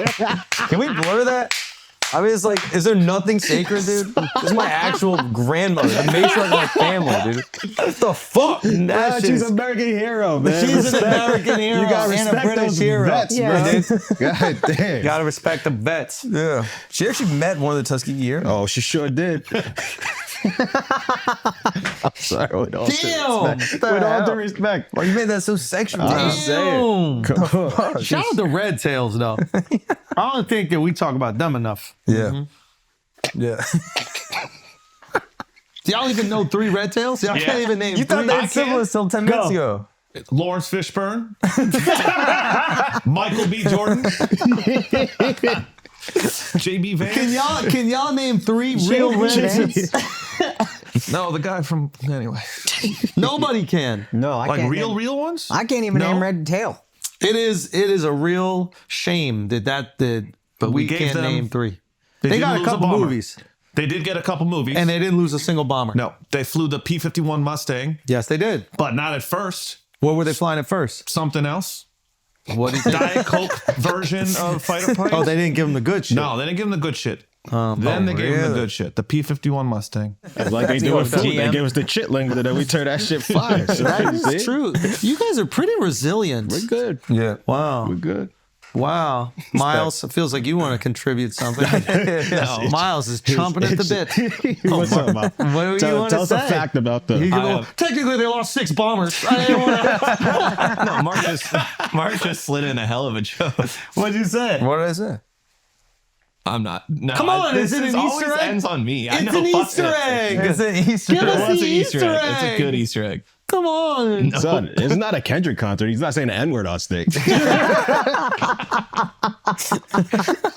Yo, facts. I'm just Of saying. all the women he could have brought on stage, Yeah. a beautiful black woman he could have given that opportunity to. Could've. And no. What did he do? Brought up a crackress. Brought up a crackress to just scream the N-word on stage. That was It's offensive. A hilarious. crackress. Yeah, that's fucked Oh up. my God. I feel like I can't even say that. That's crazy. Crackress? Yeah, that might You think be, that's too hateful? That might be your shit. Well, that's all Kendrick is doing, bringing crackresses up on stage to scream the N-word at his shows, and he wonders why so many white people show up. It's like a lotto. Like, now's the moment. Wow. They're like, damn, this is not the Trump rally? What happened? All right, man. Look at these heroes. Shout out to them. Shout out to them, man. Let's get a couple names because we gotta commit this to memory. Let me get some. While you're doing that, Oh, we got Lee Archer, Lee Archer. Eugene Calvin Chatham, Benjamin Davis Jr., Gene Derricott. Okay. We got it. Bro, some of them, That's where we're gonna. If Why you you give gonna us cut too it many, up? we're not gonna remember. bro, some of them have sick You ain't nicknames and some of them have remembering really shit. shitty nicknames. Gene Okay, give us Lee the Archer? sickest nickname. All right, so some of them are like Captain Martin Easy Julian, sick. First Lieutenant Joe Lightning Little. Sick. Ray Raygun Gannon. Like those are all sick. Ray, It's kind of fire. Yeah. Ray. That's fire. Let's This go. guy's name is Flight Officer Maurice Bumps Wilson. Hey, yo, he was part of that syphilis experiment. He might have been in both. First Sergeant Coffee Coleman. Like some of these suck. Oh, coffee. I think coffee's kind of cool. All All right, right, one was Bag of Bones. what else we got? That's crazy. Mark's grandma was part of the Stop doing that. Can we edit that out? Nah, she wasn't World War II, dude. She was Battle of the Bulge. I have family that are war heroes, I think, in World War II, by the way. You know the guy that puts the flag up at Iwo Jima? That guy fucked your grandma? No! His last name is Gagnon. No way. Yes. I thought he put that thing in your grandma first. But wait, you mean the fake time? Oh, shit. Oh, wow. shit. No, They the faked real it. one. Oh, The they real faked one. that. The They real faked one, bro. that. They faked nah, it. they didn't fake it. There's a whole movie about them faking. They faked it, Oh, you're bro. gonna believe every movie, bro? Come on. All right, guys, let's take a break for a second because y'all need to know how we're doing with our gambling. Yes. And by gambling, I mean cryptocurrency. Now, we are doing it with Kraken, which I think Forbes said was the number one. Was it the number one that Forbes said? Here's Number one? yeah. Security wise, that's their focus, and this is why That's what you want with this shit. And this is why we're it's- just picking random letters that mean It's nothing. not like they give you more money. Yeah, It's a we just different need one. to make sure the money's going to be Well, I there. can tell you personally, having put money in 2 exchanges that folded, Yeah. there's no FDIC. Like if your bank closes, your Yeah. money's insured up to 100,000. Yeah. They don't have that with crypto. Yeah. So I'm asked out. But if I just put my money in Kraken from the beginning, I'd have been Kraken. So we all put some money in Kraken from the beginning. Listen, I don't want to talk about. I'll tell you where I put my money, but I am not. Remember, CoffeeZilla, our boy. We love you, and we would never go against you. I don't even feel comfortable saying what I put my money in. Because I tell you, 'cause I'm down. It seems like I'm endorsing it. Yeah, I ain't telling. So I'm not even going to say, but we did it on some of them. And they're all there at Kraken. Yeah, hell yeah. You know what I mean? And if you want to do it, you should do it at Kraken. Let me tell you why. Because they're still around. But how did you pick? Can you tell how, like, your rationale for picking? You Favorite didn't have to say- letters. Favorite letters? Also memes. I got some memes going. One sounded like it had very it had like a vibrancy to it. You know, it was whichever like icons look the coolest. That's how icons. You could go off icons. That's the beauty of crypto is that there's no intelligence required.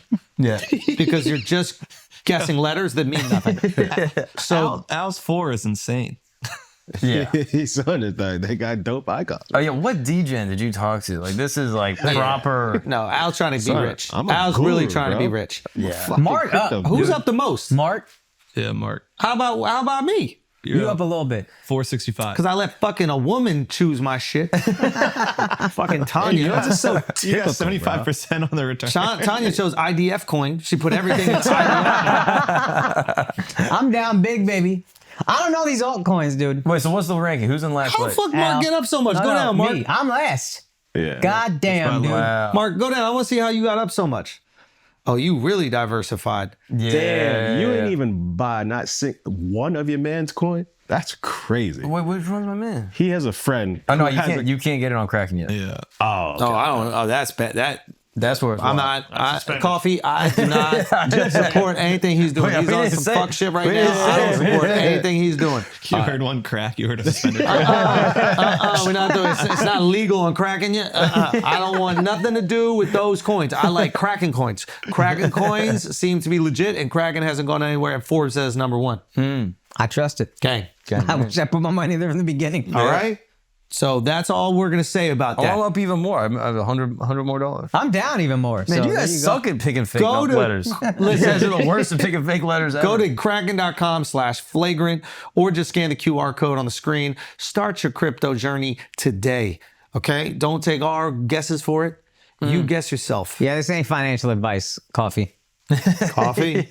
Coffee? Yeah. It's not Please do financial your own advice. research. Do your own research, okay? Crypto trading involves risk of loss. Kraken is offered to U.S. customers, excluding Washington, New York, and Maine through Payward Interactive, Inc. But remember, this is not financial advice or an encouragement to buy any particular digital asset. See? I didn't encourage any particular digital asset. Yeah. Please do your own research. Don't trust our research. I let a woman do it.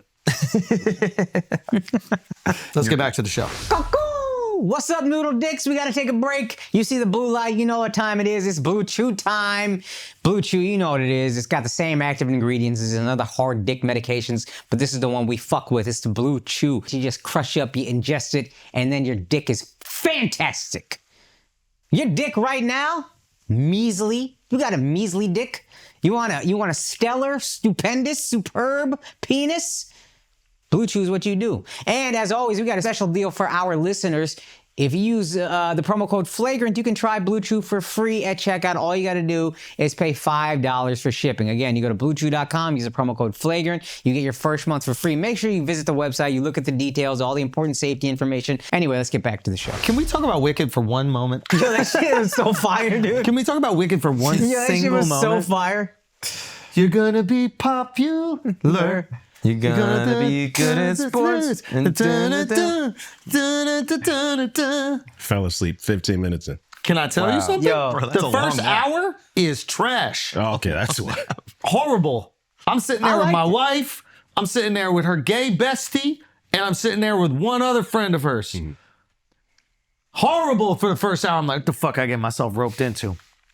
They do the scene where like, what's her name? Ariana Grande's like finally ends up like trying to not be a shitty friend to this girl and actually protecting her and feeling bad that she was, kind of pranking her. I didn't stop crying for next 2 hours. Really? I didn't stop crying for next 2 hours. All right, I'll give it another chance. Ariana Grande's and She's this fantastic, girl, dude. Cynthia Erivo, Yeah. are absolutely. And I went in there going, "This is gonna be ass. Why am I watching this dumbass shit?" They are sensational, Dude. Ariana Grande. Impressed I the fuck out expected of the me. other girl Yeah. to be absolutely phenomenal because she's like a trained Broadway actress. Yeah. Like she's you probably one of the best. If you're a Broadway actress and you get this opportunity. So, and she blew me away. Yeah. But this Ariana Grande, my Incredible. expectation was lower because I'm like, okay, she's a very talented singer and like pop girl, but can she pull off the comedy? Yeah. Her whole role is funny. And she murders Kills it. it. Dude. Okay. Murders it. And the both of them I'ma give it together, another like, chance then. bro, fantastic. I couldn't Another believe nut. it. It was. I cried for 2 hours. 2 hours straight. That's so many tears. That's so many tears. That's a long ass movie. It is too And long. it's going to be I thought it another was Or part. 3 hours, and it's only part one. I said, God First damn. half. it is too long. It's 20 I minutes said, too long. God But damn. Ariana, so she's like, I've seen little clips. She's like dreamed of this role, and She dreamed of the other role, actually. she dreamed of being in this play. She wanted to play Elphaba. Yeah. And then she ends up playing Glinda. really? But like she was so excited to be a part of it. I guess I think she's like a theater kid at the end of the day. They all, yeah, Like like started on Broadway. So she was like, this is the dream play to be in. Like she would get emotional talking about it before the Wicked movie was even announced. Like the idea of playing her. Yeah, I mean, and she, yeah. you root for people to do well in those roles, but a lot of times they kind of just do it. She Also, fucking knocks it out director, of the park, dude. the guy, fire. Chu or something John like Chu. that? John Chu, right? He, I think he directed Parasite. I think he directed the. Oh, I didn't know that. He also did the what's it called? The thing that that Mr. Beast copied. What was it called? Squid Game. Squid Games. He did. Wait, no, but I don't think that's no, true. that's another Wait, what? guy. Oh, that's true. See, he directed Crazy Rich Asians. Yeah, this guy did directed Crazy that. Rich He also Asians. did that one. He did G.I. Joe. He did G.I. Joe. Step he Up definitely to did that the one. Streets. Yep, Ooh, he you also know? did that. So, In the like, Heights. banger. He's good, Steve. But no, he just happens to be Asian. Wait, what? No. I'm pretty sure he's the same guy. So He's a tech window professor. no. But in all seriousness, the guy that directed, I thought this is something that I thought he did really well. This is based on a play, or like a musical or whatever. Yeah. He shoots it, and there's a lot of like dancing choreography that feel like a musical, but it's clearly a film. Yeah. Right? I don't know if I'm describing this right, but he could shoot it just as a film. And there is no musical aspect where like the whole town kind of jumps into dance and story and they all kind of connect together. Do you understand? Like you could just take the narrative seriously and run with that. But he incorporates what you would imagine the play is, I thought, very well without it being too forced. Yeah. So I thought that was a really, and like kind of cool camera stuff. Like he almost feels like everything is on a drone. Did you watch it? Not yet. The cameras are, I need to like see the rigging for it because the cameras are moving through the world and moving through all the people dancing. So I don't know if they're on like a kind of train track set type of Dolly? thing. What's that Or dolly, last or song? if it's from the ceiling. It could be a cable cam. It could be that. It could be an FPV drone. But he did. It's cool. He did In the Heights, which is So he's used to he knows doing this. this. Got it. He got it, came got it. from. He did after Step Up. He did Bieber's Never Say Never. His big music. I think doc, he and- directed Ronnie Chang's special. I think he did Ali Wong's special also. Oh, wow. I don't see that at all. He did Ali Wong's special. There's a Hello Kitty campaign. He did do Ken Jeong's "You Complete Me" Ho. He did that. He did that one. That is true. Yeah. And he also did Thai Cave Rescue as an executive producer. Everybody has to start somewhere. You gotta start somewhere, man. That is actually true. Wow. I think also though we didn't understand how big this play was when it came out. God damn. I watched it. I watched it like a year ago. I went in with super low expectations. Wait, you watched it live? I watched the Broadway play. It was like a date night. yeah. And let me tell you something. No. The play is fire. The play's fantastic. You've seen the play too? Hell yeah, I seen it twice. son, That shit is incredible. Yo, I'm so glad you. Hey, thank you. Cool. I needed that. That shit is incredible. I don't give a fuck. I went in thinking it's gonna be whack. I'm doing this for my wife, and I was like, "This is the best." Is incredulous. I love me some bro. It's a musical. Yeah. All right, go on. I saw Hamilton. I saw Book of Mormon. I saw Wicked. I had the lowest expectations for Wicked, but I thought it was the best one of the three. Those are the three plays I've seen. So, Hamilton's better. But do you guys want to say what the storyline is? It's kind of like they created a prequel to The Wizard of Oz, and it's about how the witch becomes the Wicked Witch or whatever. And they basically I'm curious how they got the rights to this. Apparently, there was a lot of like fan fiction written about this, but then someone wrote a book. But like this completely changes the Wizard of Oz. Yeah. So if I'm the person who wrote the Wizard of Oz, I'm not going to let a motherfucker write another movie that is before that completely changes the entire meaning of my life's greatest work. Rewrite the Bible, and you're like, Satan's misunderstood. Yeah. You're like, well, this changes the Bible a little. You know? They wrote a sequel to the Bible. That shit goes way harder. Sequel. The sequel exists based on the information that you laid down. Yeah. The book is public domain. That's why, because it was so many. It was like 100 years ago or whatever. Yeah, 1900. And then Gregory Maguire wrote the book Wicked, and then he made it to the book is. So we could do our own. represent it. We could do our own fan fiction of the book. We could make another version of Wicked. Yeah. Wicked. Well, sort of. Wait, what do you mean? It's not public domain. Fuck. No. We could do a prequel. Another Wizard of Oz. Yeah. But another prequel, but instead of Wicked, it's just a little different. It's about Mark's grandma. It's called Dickens. She was just misunderstood. I wanted to be popular. Misunderstood, bro. It was a war. Exactly. She's not riding a broomstick in this one. It's something else. All right. So that was fire. I have to give it another. So good, dude. Yeah. I saw Gladiator too. You saw that? Yeah. I saw Wicked twice. What? My wife wanted to go a second time. My nephews wanted to go. Crazy. Wow. Now that's gay as fuck. 6 hours of And let me Wicked? tell you something, it was so fire. It was so fire. I gotta see it. That's 6 crazy. hours of Musical Wicked. was I didn't want to go. Second That's time crazy. I was like, this is still good. Wow. Yeah. Twice the play, twice the movie. No, once to play. Yeah. Wow. Okay.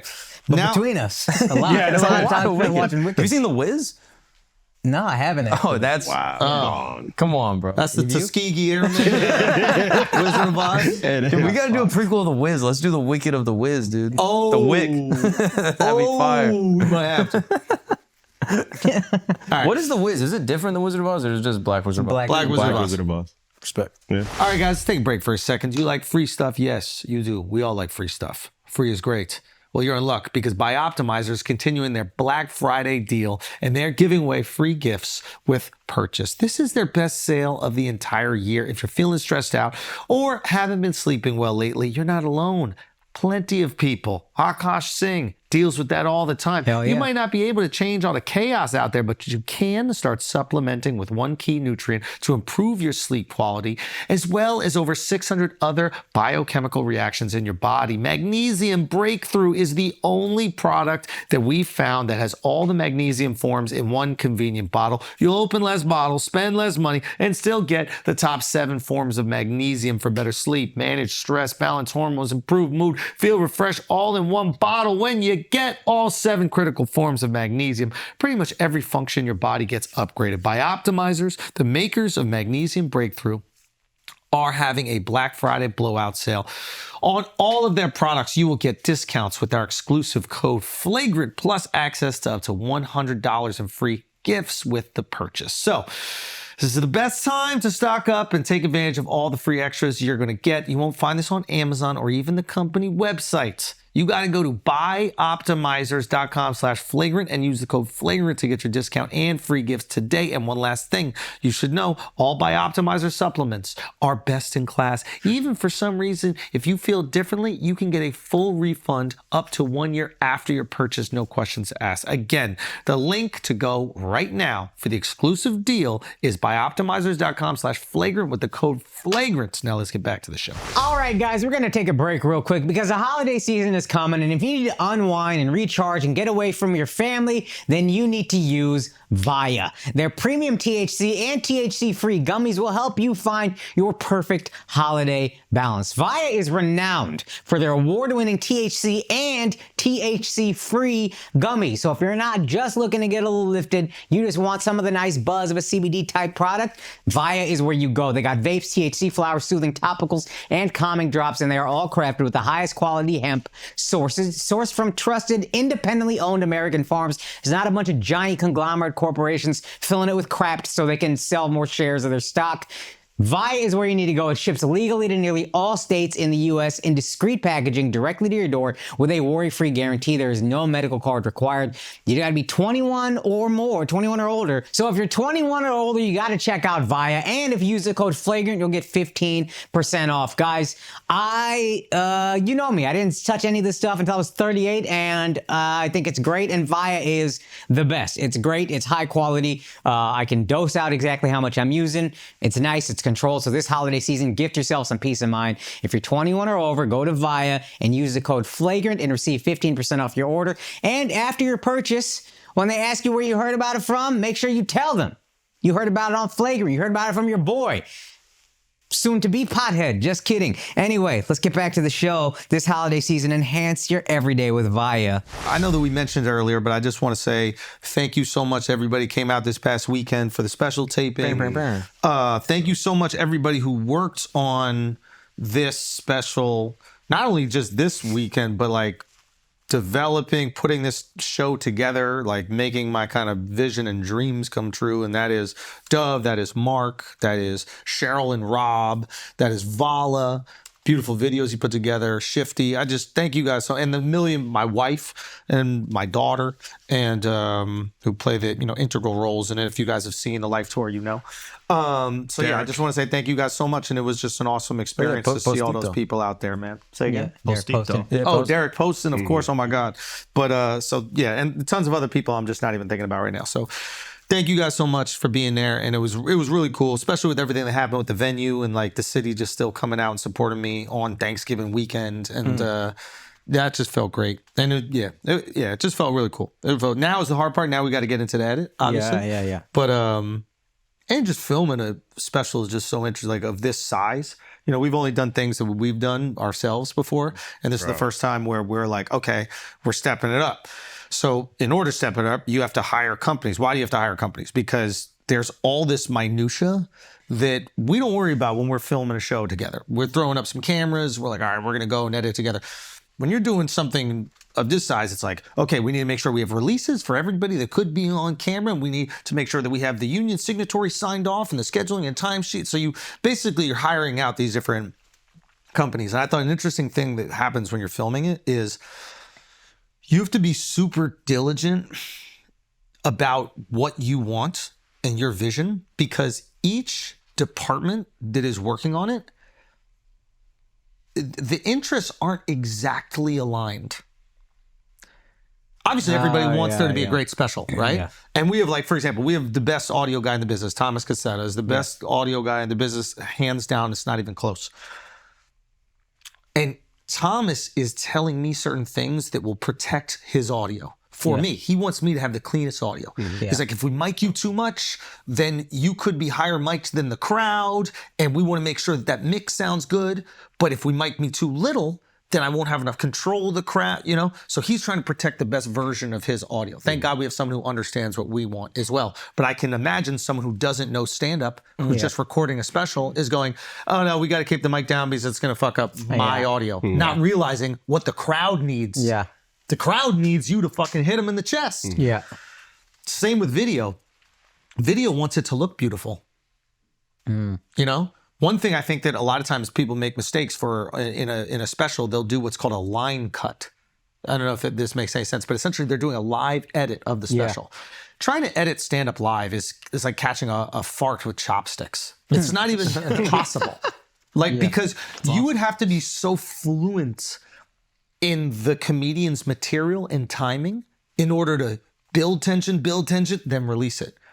With comedy, it's not like music where you can just cut through a bunch of different angles and make it look epic. When you do that, you distract. Yeah. It's kind of like horror where you got to like build, push in, build, and punchline, release.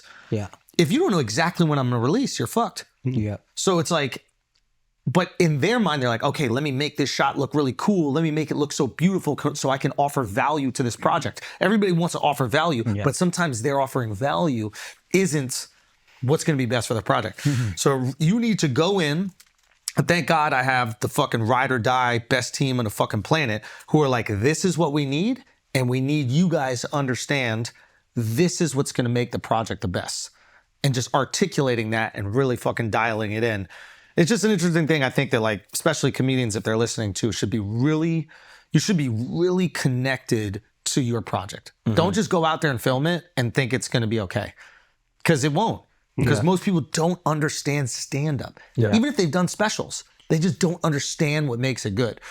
And I think you get into these situations where you're with these people who have done tons of specials, and at first there's like a little bit of, you're a little deferential to them. And then we kind of had a moment where just like, hold on. Yeah, we posted things on YouTube and Instagram, but we sold out Madison Square Garden twice posting things on YouTube and Instagram. We clearly know what we're doing. Yeah. I don't know if there's anybody else who sold out the Garden without having a network special. Yeah. So it's like, I'm not going to belittle what we did because of the platform was YouTube. Clearly, we know what we're doing.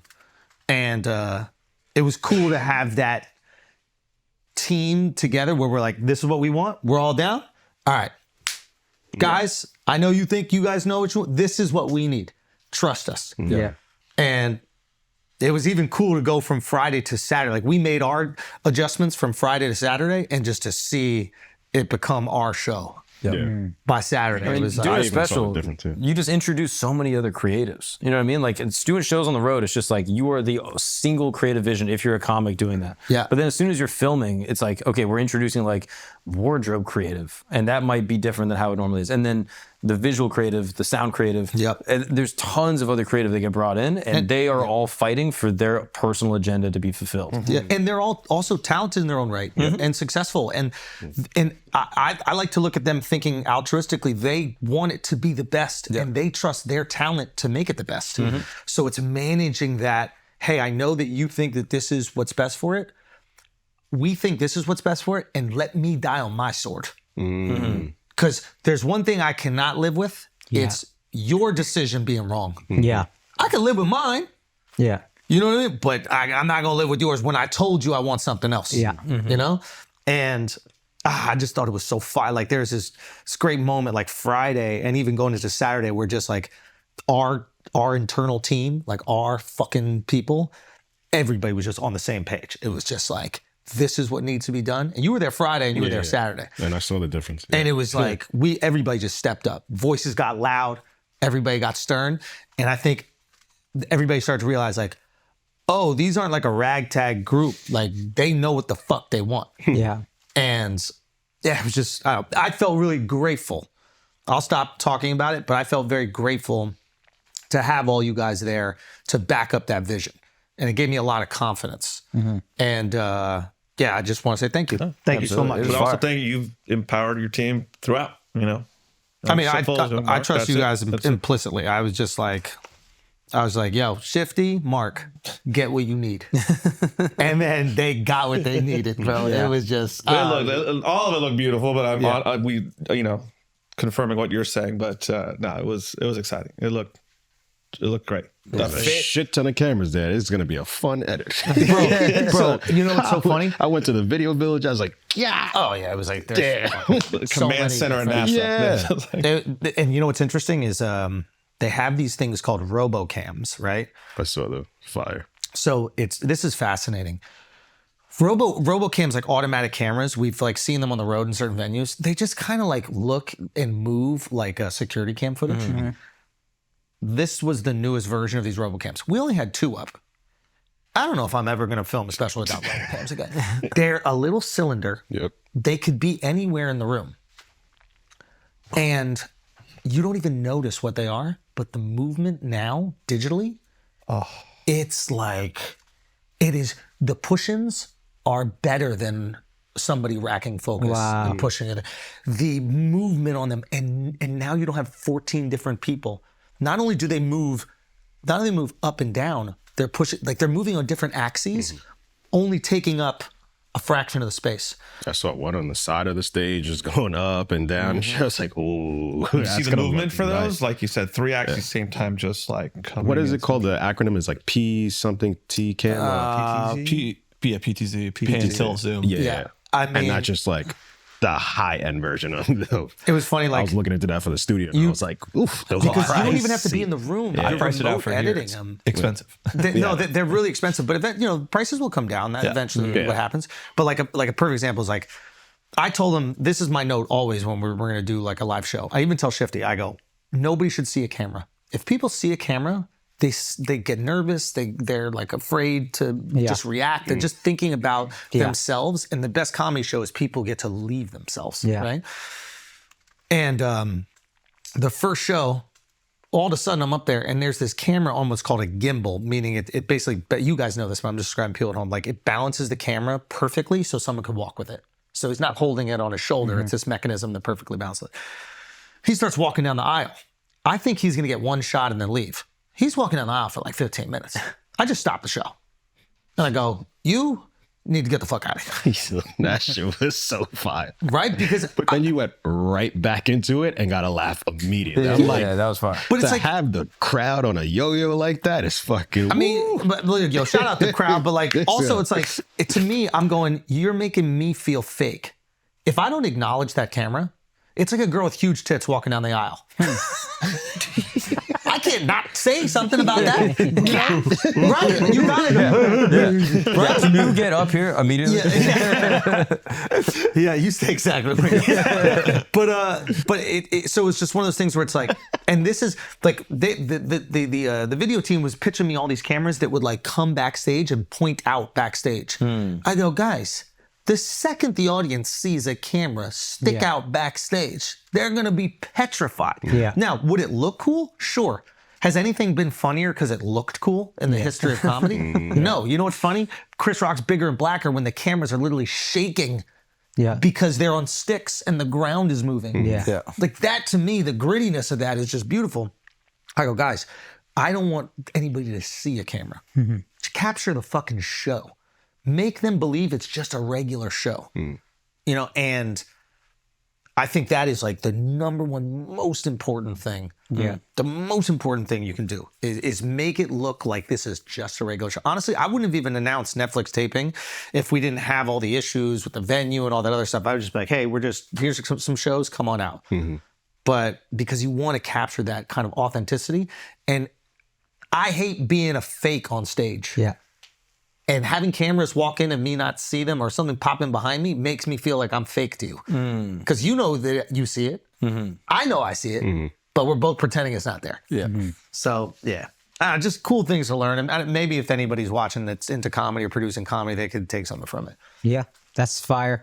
I'm sorry I couldn't be there. Stop. You keep apologizing, bro. Come on. Dude, I asked my mom, who loves you, by the way. She reached out, by the way, and she said congratulations. She loves you like a son. I told her I love her. I said, I can leave a day early. Andrew's taping a special. And then she goes, stay an extra day. I don't spend enough time with you. And I was like, all right, well, fuck. I'm here. I'm here. But I saw it at MSG. It was, and you know, everybody knows I'm a huge fan of you. It was your best work by a mile, and that is like it was awesome. It was so fucking awesome, and I heard it's gotten even better, and I'm so excited to see it. And obviously the team, you guys all fucking kill it. I'm so excited to see it. I'm excited for people. Do you know when people can see it, or do you even want to float that? Or are we keeping that? We have a date that we're kind of locking in, but I want to get through. Yeah, don't announce nothing. The fucking worst thing you can do. Yeah. Black History Month. Oh, hell no, but yeah, I think it will be really fun. I'm just very grateful for the team. Very grateful to everybody who came out. And there's this feeling that there were people there who've probably been at my first fucking show I did at Gotham. Crazy. Yeah. They were at that. And there's a feeling like so much in comedy, the beginning years are you winning over people who are skeptical of you. You're doing a bar show and they're like, how did I even end up here? Yeah. And this is people going, hey, I've been fucking with you for 10 years. I want you to fucking rock this tonight. Yeah. And that is an awesome feeling that I hope all of you guys get and other comics get too. That is pretty cool. Yeah. Yeah, it's fire. Anyway, thank you so much. Thanksgiving, tell me. Oh, best Thanksgiving I've had in decades. Okay. My wife and I went home, and it was going to be a little uncomfortable because, I haven't really talked to my dad in like 9 months. Wow. Yeah, I talked to my mom about that. My wife is like, just the whole vibe is different. You've been so happy recently. I just want to say, Really? You've been sleeping better. I've been, dude. Hilarious. I mean, you've never sold more tickets. It's really life has been fucking It's really good. unbelievable. So I tell my mom, I voice these concerns, and my mom goes to my dad apparently and goes, all right, here's the options. You either apologize to your sons for everything you've done, or you're not here for Thanksgiving. Oh shit! Your mom is Respect. My dad bought a ticket to India. No way. He wasn't there. It was on Yeah, it was awesome. We had such a happy time, dude. My mom moved into a new house. I'm blessed enough, thank you God, to be able to take care of the mortgage on it. She took care of a big down payment, but she's like built this house with us in mind. She's like, I want you guys to come here whenever. Oh, so she got to do Thanksgiving at the new house? Well, we go somewhere else for Thanksgiving every year, but like we were there in her house that she lost her house like 20 years ago or whatever. So this is like, she has a home finally. And the upstairs is just supposed to, like, this is for my kids and whatever, if you guys come visit. We stayed downstairs the whole time. We're having so much fun. My mom can't really walk upstairs. We didn't leave. We're like, this is the best vibe in the world. This is awesome. Did you guys stay with her? Or did you guys we stayed with her. Yeah, and how was everything with your mom and Jesseline? Oh, they're great, dude. They're great. Everybody's getting along well. My mom was so thankful. She even she said some crazy shit to my wife before she apologized to him and was like, I like a sincere, I understand what I did. And that was like, I was out of line. I'm never going to do that thing again. It was like it was the best Thanksgiving I've ever had in my life, dude. It was awesome. Real addition by subtraction kind of thing. You know what I mean? Sounds phenomenal. It was awesome. I was so sad to leave. And my mom is still fucking crying about it. I got to go home or I got to spend like weeks there or something. But how can you do that? How can you build that in? Yeah, I think if we have a week where we're not doing the pod, just fly home. And then if I got work to do, whatever, I just do it remotely. Like any stand-up work, I'll fly out to the show from there or whatever. Aww. But yeah, we just got to figure this out. And my wife is more on board now. She's like, yeah, it's better. Just, if we just get them a hotel or something, we're good, It was a night and day difference I can't even explain. Bro, shout out your mom. Yeah, no, that's real. Standing on fucking. That is. Yeah. That's fire. Do you think she was surprised by him being like, well, I'm going to go? No. No. She wasn't. None of us were surprised. I just laughed when I pulled back and I was like, that's so funny. Because he was gone. He's going for like a month. And I was like, wow, that's a long time to go. Yeah. An apology is free. A month in India is probably a couple $1,000 at least. And normally I pay for the ticket. This time I'm not paying for a fucking ticket. But he was like, I got it. You're paying for it. You're paying for it. Yeah, true. Their money's coming back. All right. So it was a good time. It was awesome, dude. It was the best. I was so happy. Like truly the best week home in a long time. That makes me happy. Yeah. Okay, Mark. That's wild. Special stuff was awesome, and then just like first Thanksgiving with the little baby was. Yeah. So what did you guys do? What was your Thanksgiving? We just snuggled up with the baby. Literally, it was just like rainy outside, and I just like took him for a walk. At least he made some turkey. Are you talking about your son? Or are you talking about Miles? Both actually. Miles came over. I'm the first one. Yeah, they both came. Me and Miles go for so many walks now because I take the little baby for walks. So I'm I just was like, hey, I'm gonna go out for 2 hours. I just call it Miles, and we just go for a little baby. Wait, does he also use your baby to pick up chicks? Yeah, He did that with my dog. Yeah, exactly. Miles, who was that girl that you brought to the special taping? Just a friend. No. Yeah. Oh, the one you left early with? Yeah, just a friend. Oh, okay. He left from the party kind of early. Yeah, he did leave kind of early. Yeah, I was like, yo, Thanksgiving it was the highlight of the Thanksgiving party was time. awesome. I was like, Miles, why are you leaving so soon? I'm so thankful that my best friend lives down the street and invited me over. I got to cook a little bit. You have a It was picture of awesome. this girl or? Anybody have a picture? I think of we this girl? snapped some photos. Yeah. Oh, yeah. I would love to see. Yeah, we'll get it up. So you're just a friend. Have you guys made out? In the past. But now you don't? He's named Pasta. That's not good. Wait, now you don't make out anymore? No. Why is that, you think? We just don't. We sort of made a decision not to. Whose fault do you think it was? Mine. Hey, let me help you out. Yo, Dub, I saw you with 2 chicks too. Yeah, also Dub, out I there. saw you with the fucking tens. I saw you like doing like, what's it called? Juggling and shit like that. Yeah. I tried. Hey, I tried. Good friend. I know, right? I tried. Wow. But yeah, you did have I know some. that's a hard word, juggling. Miles, what'd you do? I didn't know. With the girl though. Bro, it was so funny. Every person would come by and be like, yo, Miles, who the fuck is that over there? I was like, Who? Yeah. What was happening? what was happening? What'd you Yeah, get? there was 2 of them, dude. They were both in my row. He was like going to speak to one, and then he had to go around and speak to the other. Had the headset on. Yeah. Kept the headset on. Can I tell you guys some funny Oh, you ass story? fucking sisters? God damn. You're a really bad guy. That is fine. Can I tell you guys a funny Deric Poston story? So Deric Poston, shout out Deric. We love Deric, motherfucking goat. Deric, we're at the special, right? And Matt Damon came to the special. I know that sounds like I'm like doing like a brag thing, whatever like that. But yes, so he came to the special. Now, Deric is the biggest movie buff fan. Like, he's not even a movie fan. He's like a movie aficionado. Like, in the way that people like cars and the way that people like love wine, he loves film. Like, he is entrenched in it. He loves it. And after the show, I was like, hey, let's go down. You know, you can say hi to Matt or whatever like that, right? They're in a room. We go in, and Deric walks in the room and then stands next to Matt, right? And then out of nowhere, paparazzi flashes start going. They are fucking blasting. I mean, like, Matt's like dazed. Like, it's just, he has no clue. It's going to do boom, boom. And in every picture, Deric's just like, he's got his hand on his shoulder, laughing and chumming it up. Go to Deric's Instagram right now. I had to tell the photographer, I go, okay, guys, I think we got it. Afterward, Deric goes, Schultz, I'm sorry, man. I had to get a pic with the Martian. Bro, the caption's so good. Look that's fire though. Oh, no. Cropped out. I got Diddy crop. He's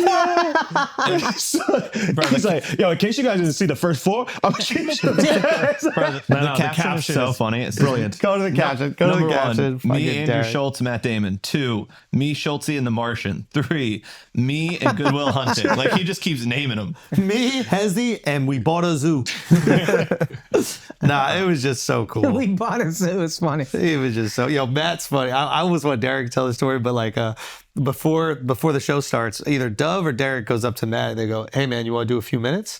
And Matt goes, no, I'm good. You said it. No, I'm good. And then Matt goes to Deric, goes, you going up? And Deric goes, yeah. He goes, I will, and Matt goes, I will be silently judging you. And then just walks away. Deric's hero. So Deric got to go open the special. Like, what? Was he serious? What's going on? That's funny. No, he was dope. That was great. It was very cool. Thank you. A lot of people came out, showed love, man. Just all the family, all the boys. Like, yeah, it was really great. Great weekends, man. Great. Yo, weekends. how was your first Thanksgiving with Shiloh? Because it's also the day before you film your special. Yeah. So that was the thing. It was like the day before the film was special, and you're on baby duty. Yeah. Like this is the greatest thing. Is like, so Thanksgiving, Shiloh starts teething. Oh, wow. I don't know if you've experienced teething with a baby. It's like a really difficult thing. They've never experienced this pain and this consistent pain for a while, so they just don't really know what's going on. They're like a little cranky. Eating is hard. Sleeping is hard. Everything's just difficult. And we went and we had Thanksgiving at this restaurant, Teresi, and it was just amazing. Yeah. And we didn't want to do it in the house because I'll be honest, I was like, it's going to be a whole day long thing, and I might need to prep, and I don't want to leave you alone. Yeah. Like, it was just, so let's just go do a restaurant. And it was awesome. It was great. We came back and Shiloh starts crying. And we put her down. She wakes back up, starts crying. Put her down, wakes back up, starts crying. And it's like 11, starts crying, 12. And Emma is a trooper. She's in there. She's locked in. She's trying to, at like maybe 12 or 1 or something, she comes in and she goes, hey, she just, what do you think we should do? She's not telling me to do anything. She knows it's the big day tomorrow. And I'm like, all right, let me see if I could just get her down. She's like, no, I know that you got to do your thing. I was like, let me see if I can get her down. And I go in there and I start trying to, and every time she's crying so much that she starts to like hyperventilate a little bit. So even when she gets ready to go to sleep, she'll be about to pass out and then just go, because she's still catching her breath, right? And it was one of these moments where it was like a really cool reminder where it's like, they don't care about any of that stuff. Yeah. Your special doesn't matter. What you do in your career doesn't matter.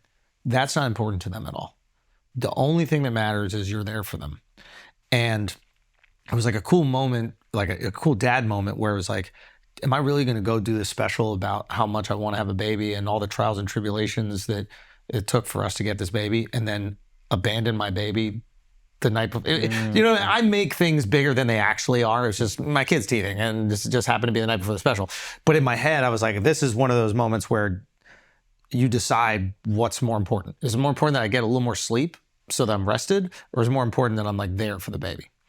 And so I just gave Emma the baby. And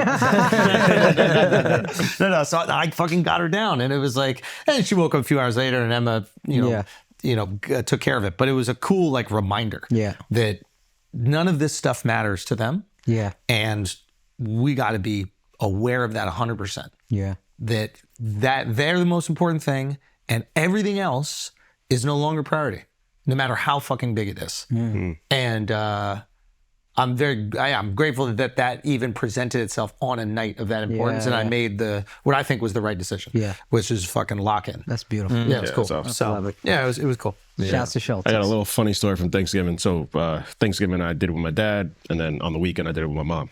But on Thursday, so I go to my dad's place. Catching him up on the year, just like, hey, studios are going well, all this stuff. He's super proud of me.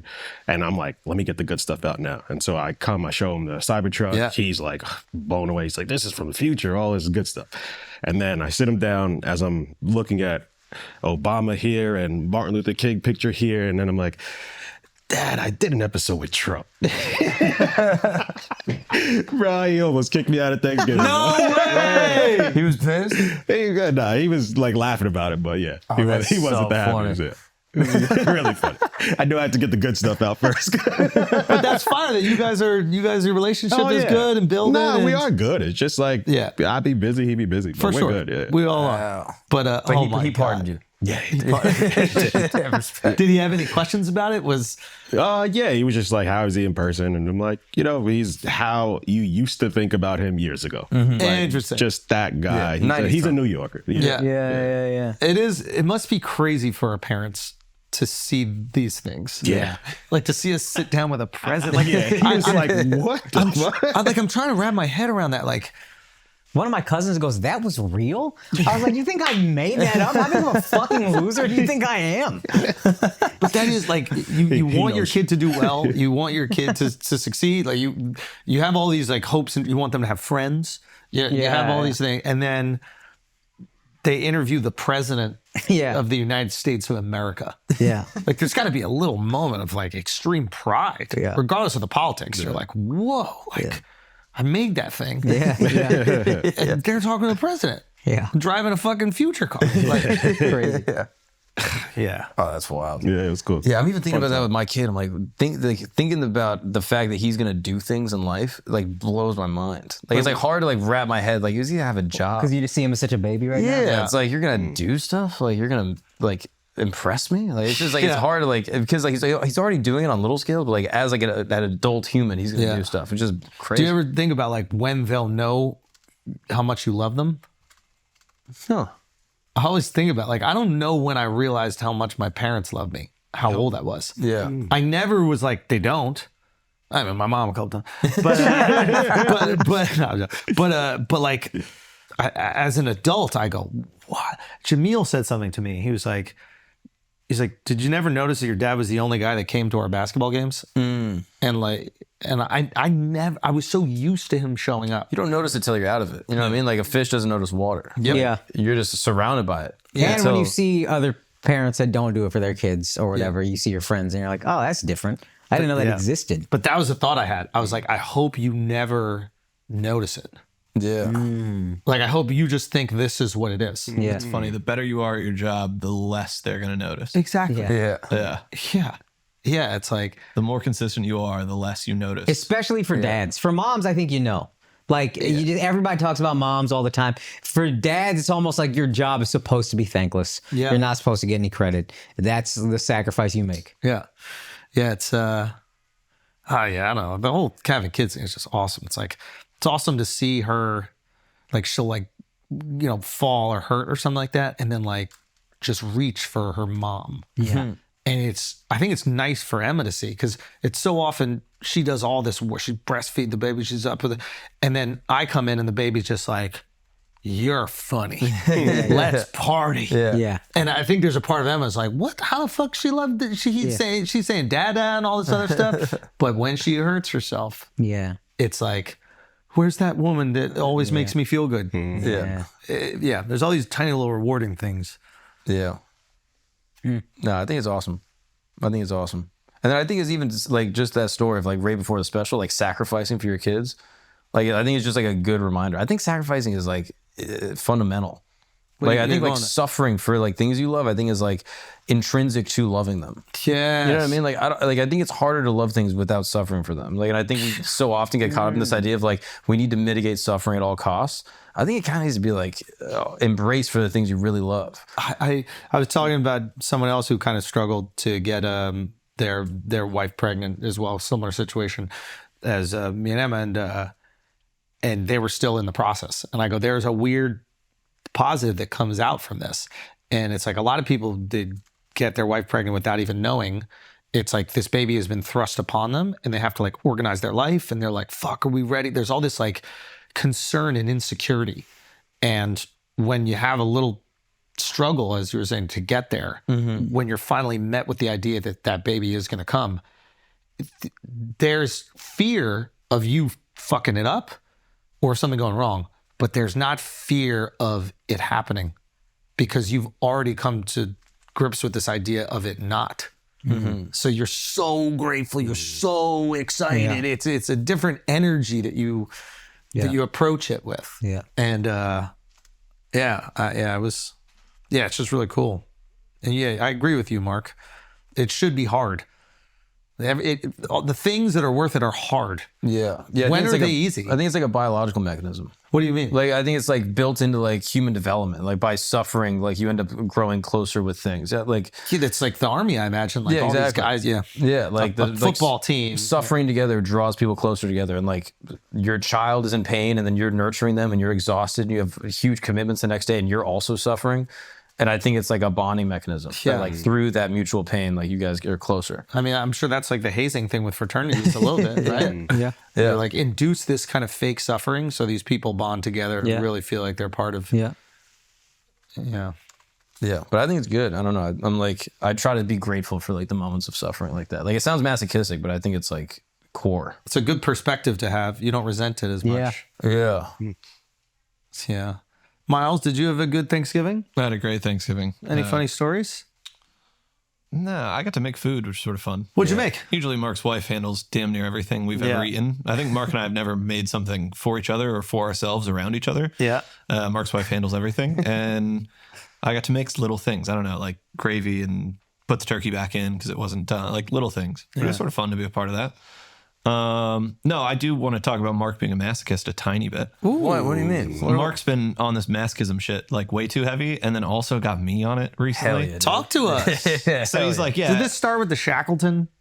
I think that Shackleton is a symptom. It's all part of it. No. Shackleton, I really... It's all part of it. Shackleton, I think if we go back in time, will be like the actual point where it all changed. That's the breaking point? Yeah. But no, Mark was just talking about like this in a very loving way about his child. And I think that's all beautiful. And I don't want to take away from that. But also recently said to me, while we're both fasting, he goes, soon, dude, you're going to fucking enjoy the hunger pangs. Like when I get them, bro, when I wake up with them, I go... oh, what a day I'm about to have. And I'm like, oh, you're a fucking full-blown lunatic. That's great. And he's got me also fasting with him. How long do you fast? Like 24 hours, 36 sometimes. Anything over 3 days, I don't think you get like a ton of benefit. You got a problem. Yeah, I don't know about all this. I got to give some pushback. It's great. It's built into every culture. It's built into every religion. Fasting is fundamental. I also think we eat too much as a culture. We love to consume. But no one ever feels hungry, even though for most of human history, we've all been hungry. You know what I mean? I don't know if that's true. Why? I feel like there was just fruit everywhere. That's partially true. Like whenever you see monkeys, it's just like, oh, all right, let me get this persimmon and I'll eat it. Like they're not really hurting for food. No, I don't think they're starving. But like going for multiple hours without food, I think is pretty typical. Specifically without like proteins. I think you do that when you're busy. Yeah. And I think we were just busier back then. I mean, some people say we're less forcing your body to go 24 and 48 hours without food is... But it's not really forcing. Like at a certain point, you're just like, oh, I feel fine. You're having hunger pains. Sometimes you get hunger pains. Hunger pleasures. Yeah. You got hunger pleasure, bro. Nah, I don't know. That shit is nice, dude. And then you get to kind of like break through it in your brain.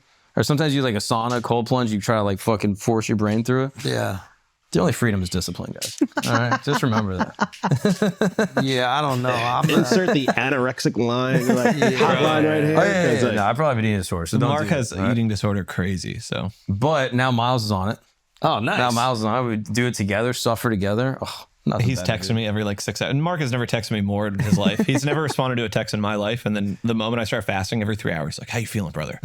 We're in this together. The pain cave is nothing. And I was like, Pain cave is pain cave is great. Did you go deep in your pain I cave? don't believe in this shit, bro. Check it on your boys, bro. No, that's just fire. I like get this it. shit. This is easy. Going into a pain cave is nice. Don't get it. I've done it every single year since I've been 13. It's fast for 25 hours. Yeah. And it's not hard. It's not. It's not So hard. he's bragging about 1 day a year. Yeah, that's better than some. You know, some He's people. making a good point. We're all on our path. Pain cave is real. Oh, it's awesome. I don't complain. I can do ice baths. I can fast. He can't do that shit. Andrew can't. There's no pain cave for Andrew. But I think if there's a communal element, he could be down. He's going to tell the community, I'm cold, I'm tired. He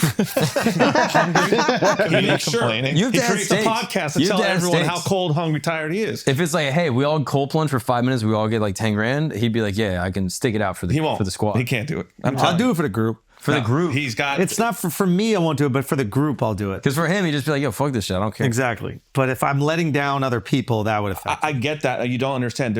He can't do those 3 things. He can't do it. Everything else, just you know what, guys? Everyone, for all the We public, crushed stuff today in he is Power. better. That's He is- right. I was wondering where this is coming No, from. Andrew's the best.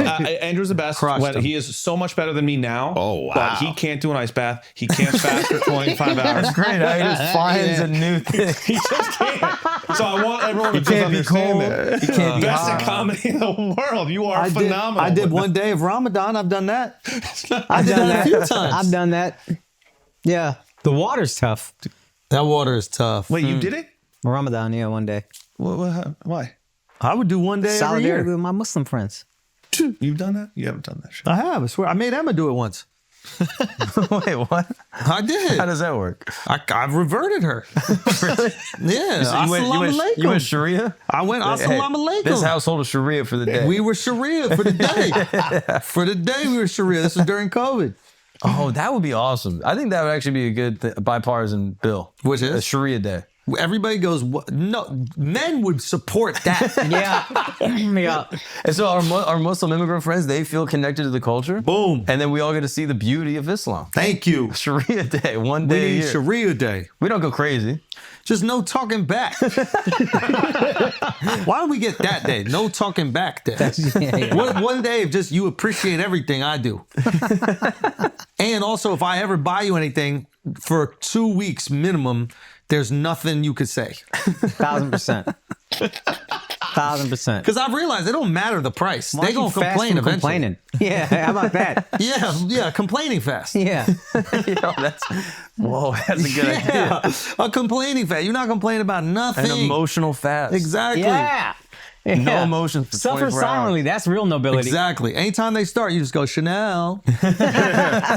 Chanel. Remember that Chanel? Yeah, no, thing? price don't matter. It does, and it makes me go. There's diminishing returns. Truly. Yep. Truly. If I was, I forget. Like a card would mean so much more, Yeah.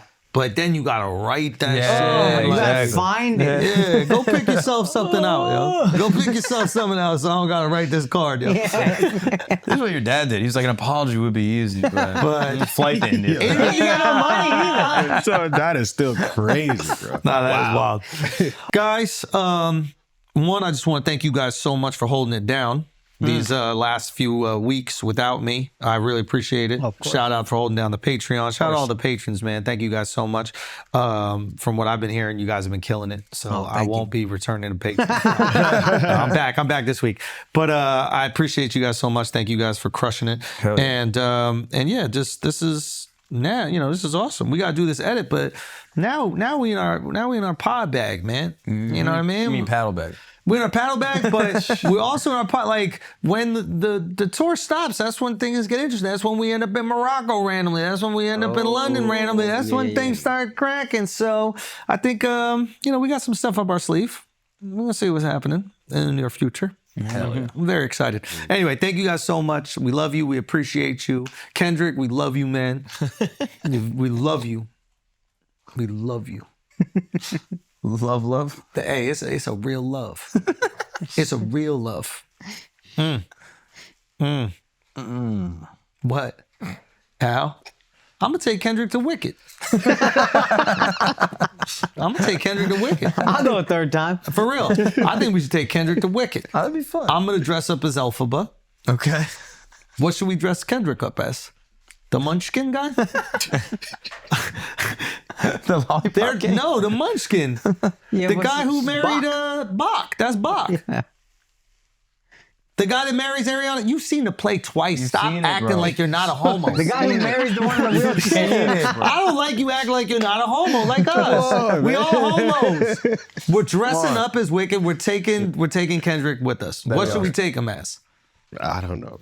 Bach, whatever the fuck you just said. He could be Dettleman, the goat. The Be the goat. Yo, you know who the goat was in the Just be movie? Yeah, it's our boy. That's our boy. Dinklage. Dinklage. Oh, hell yeah. Hell be yeah. careful. Listen, y'all, we love you. We appreciate you. We'll see you next week. Peace. God bless.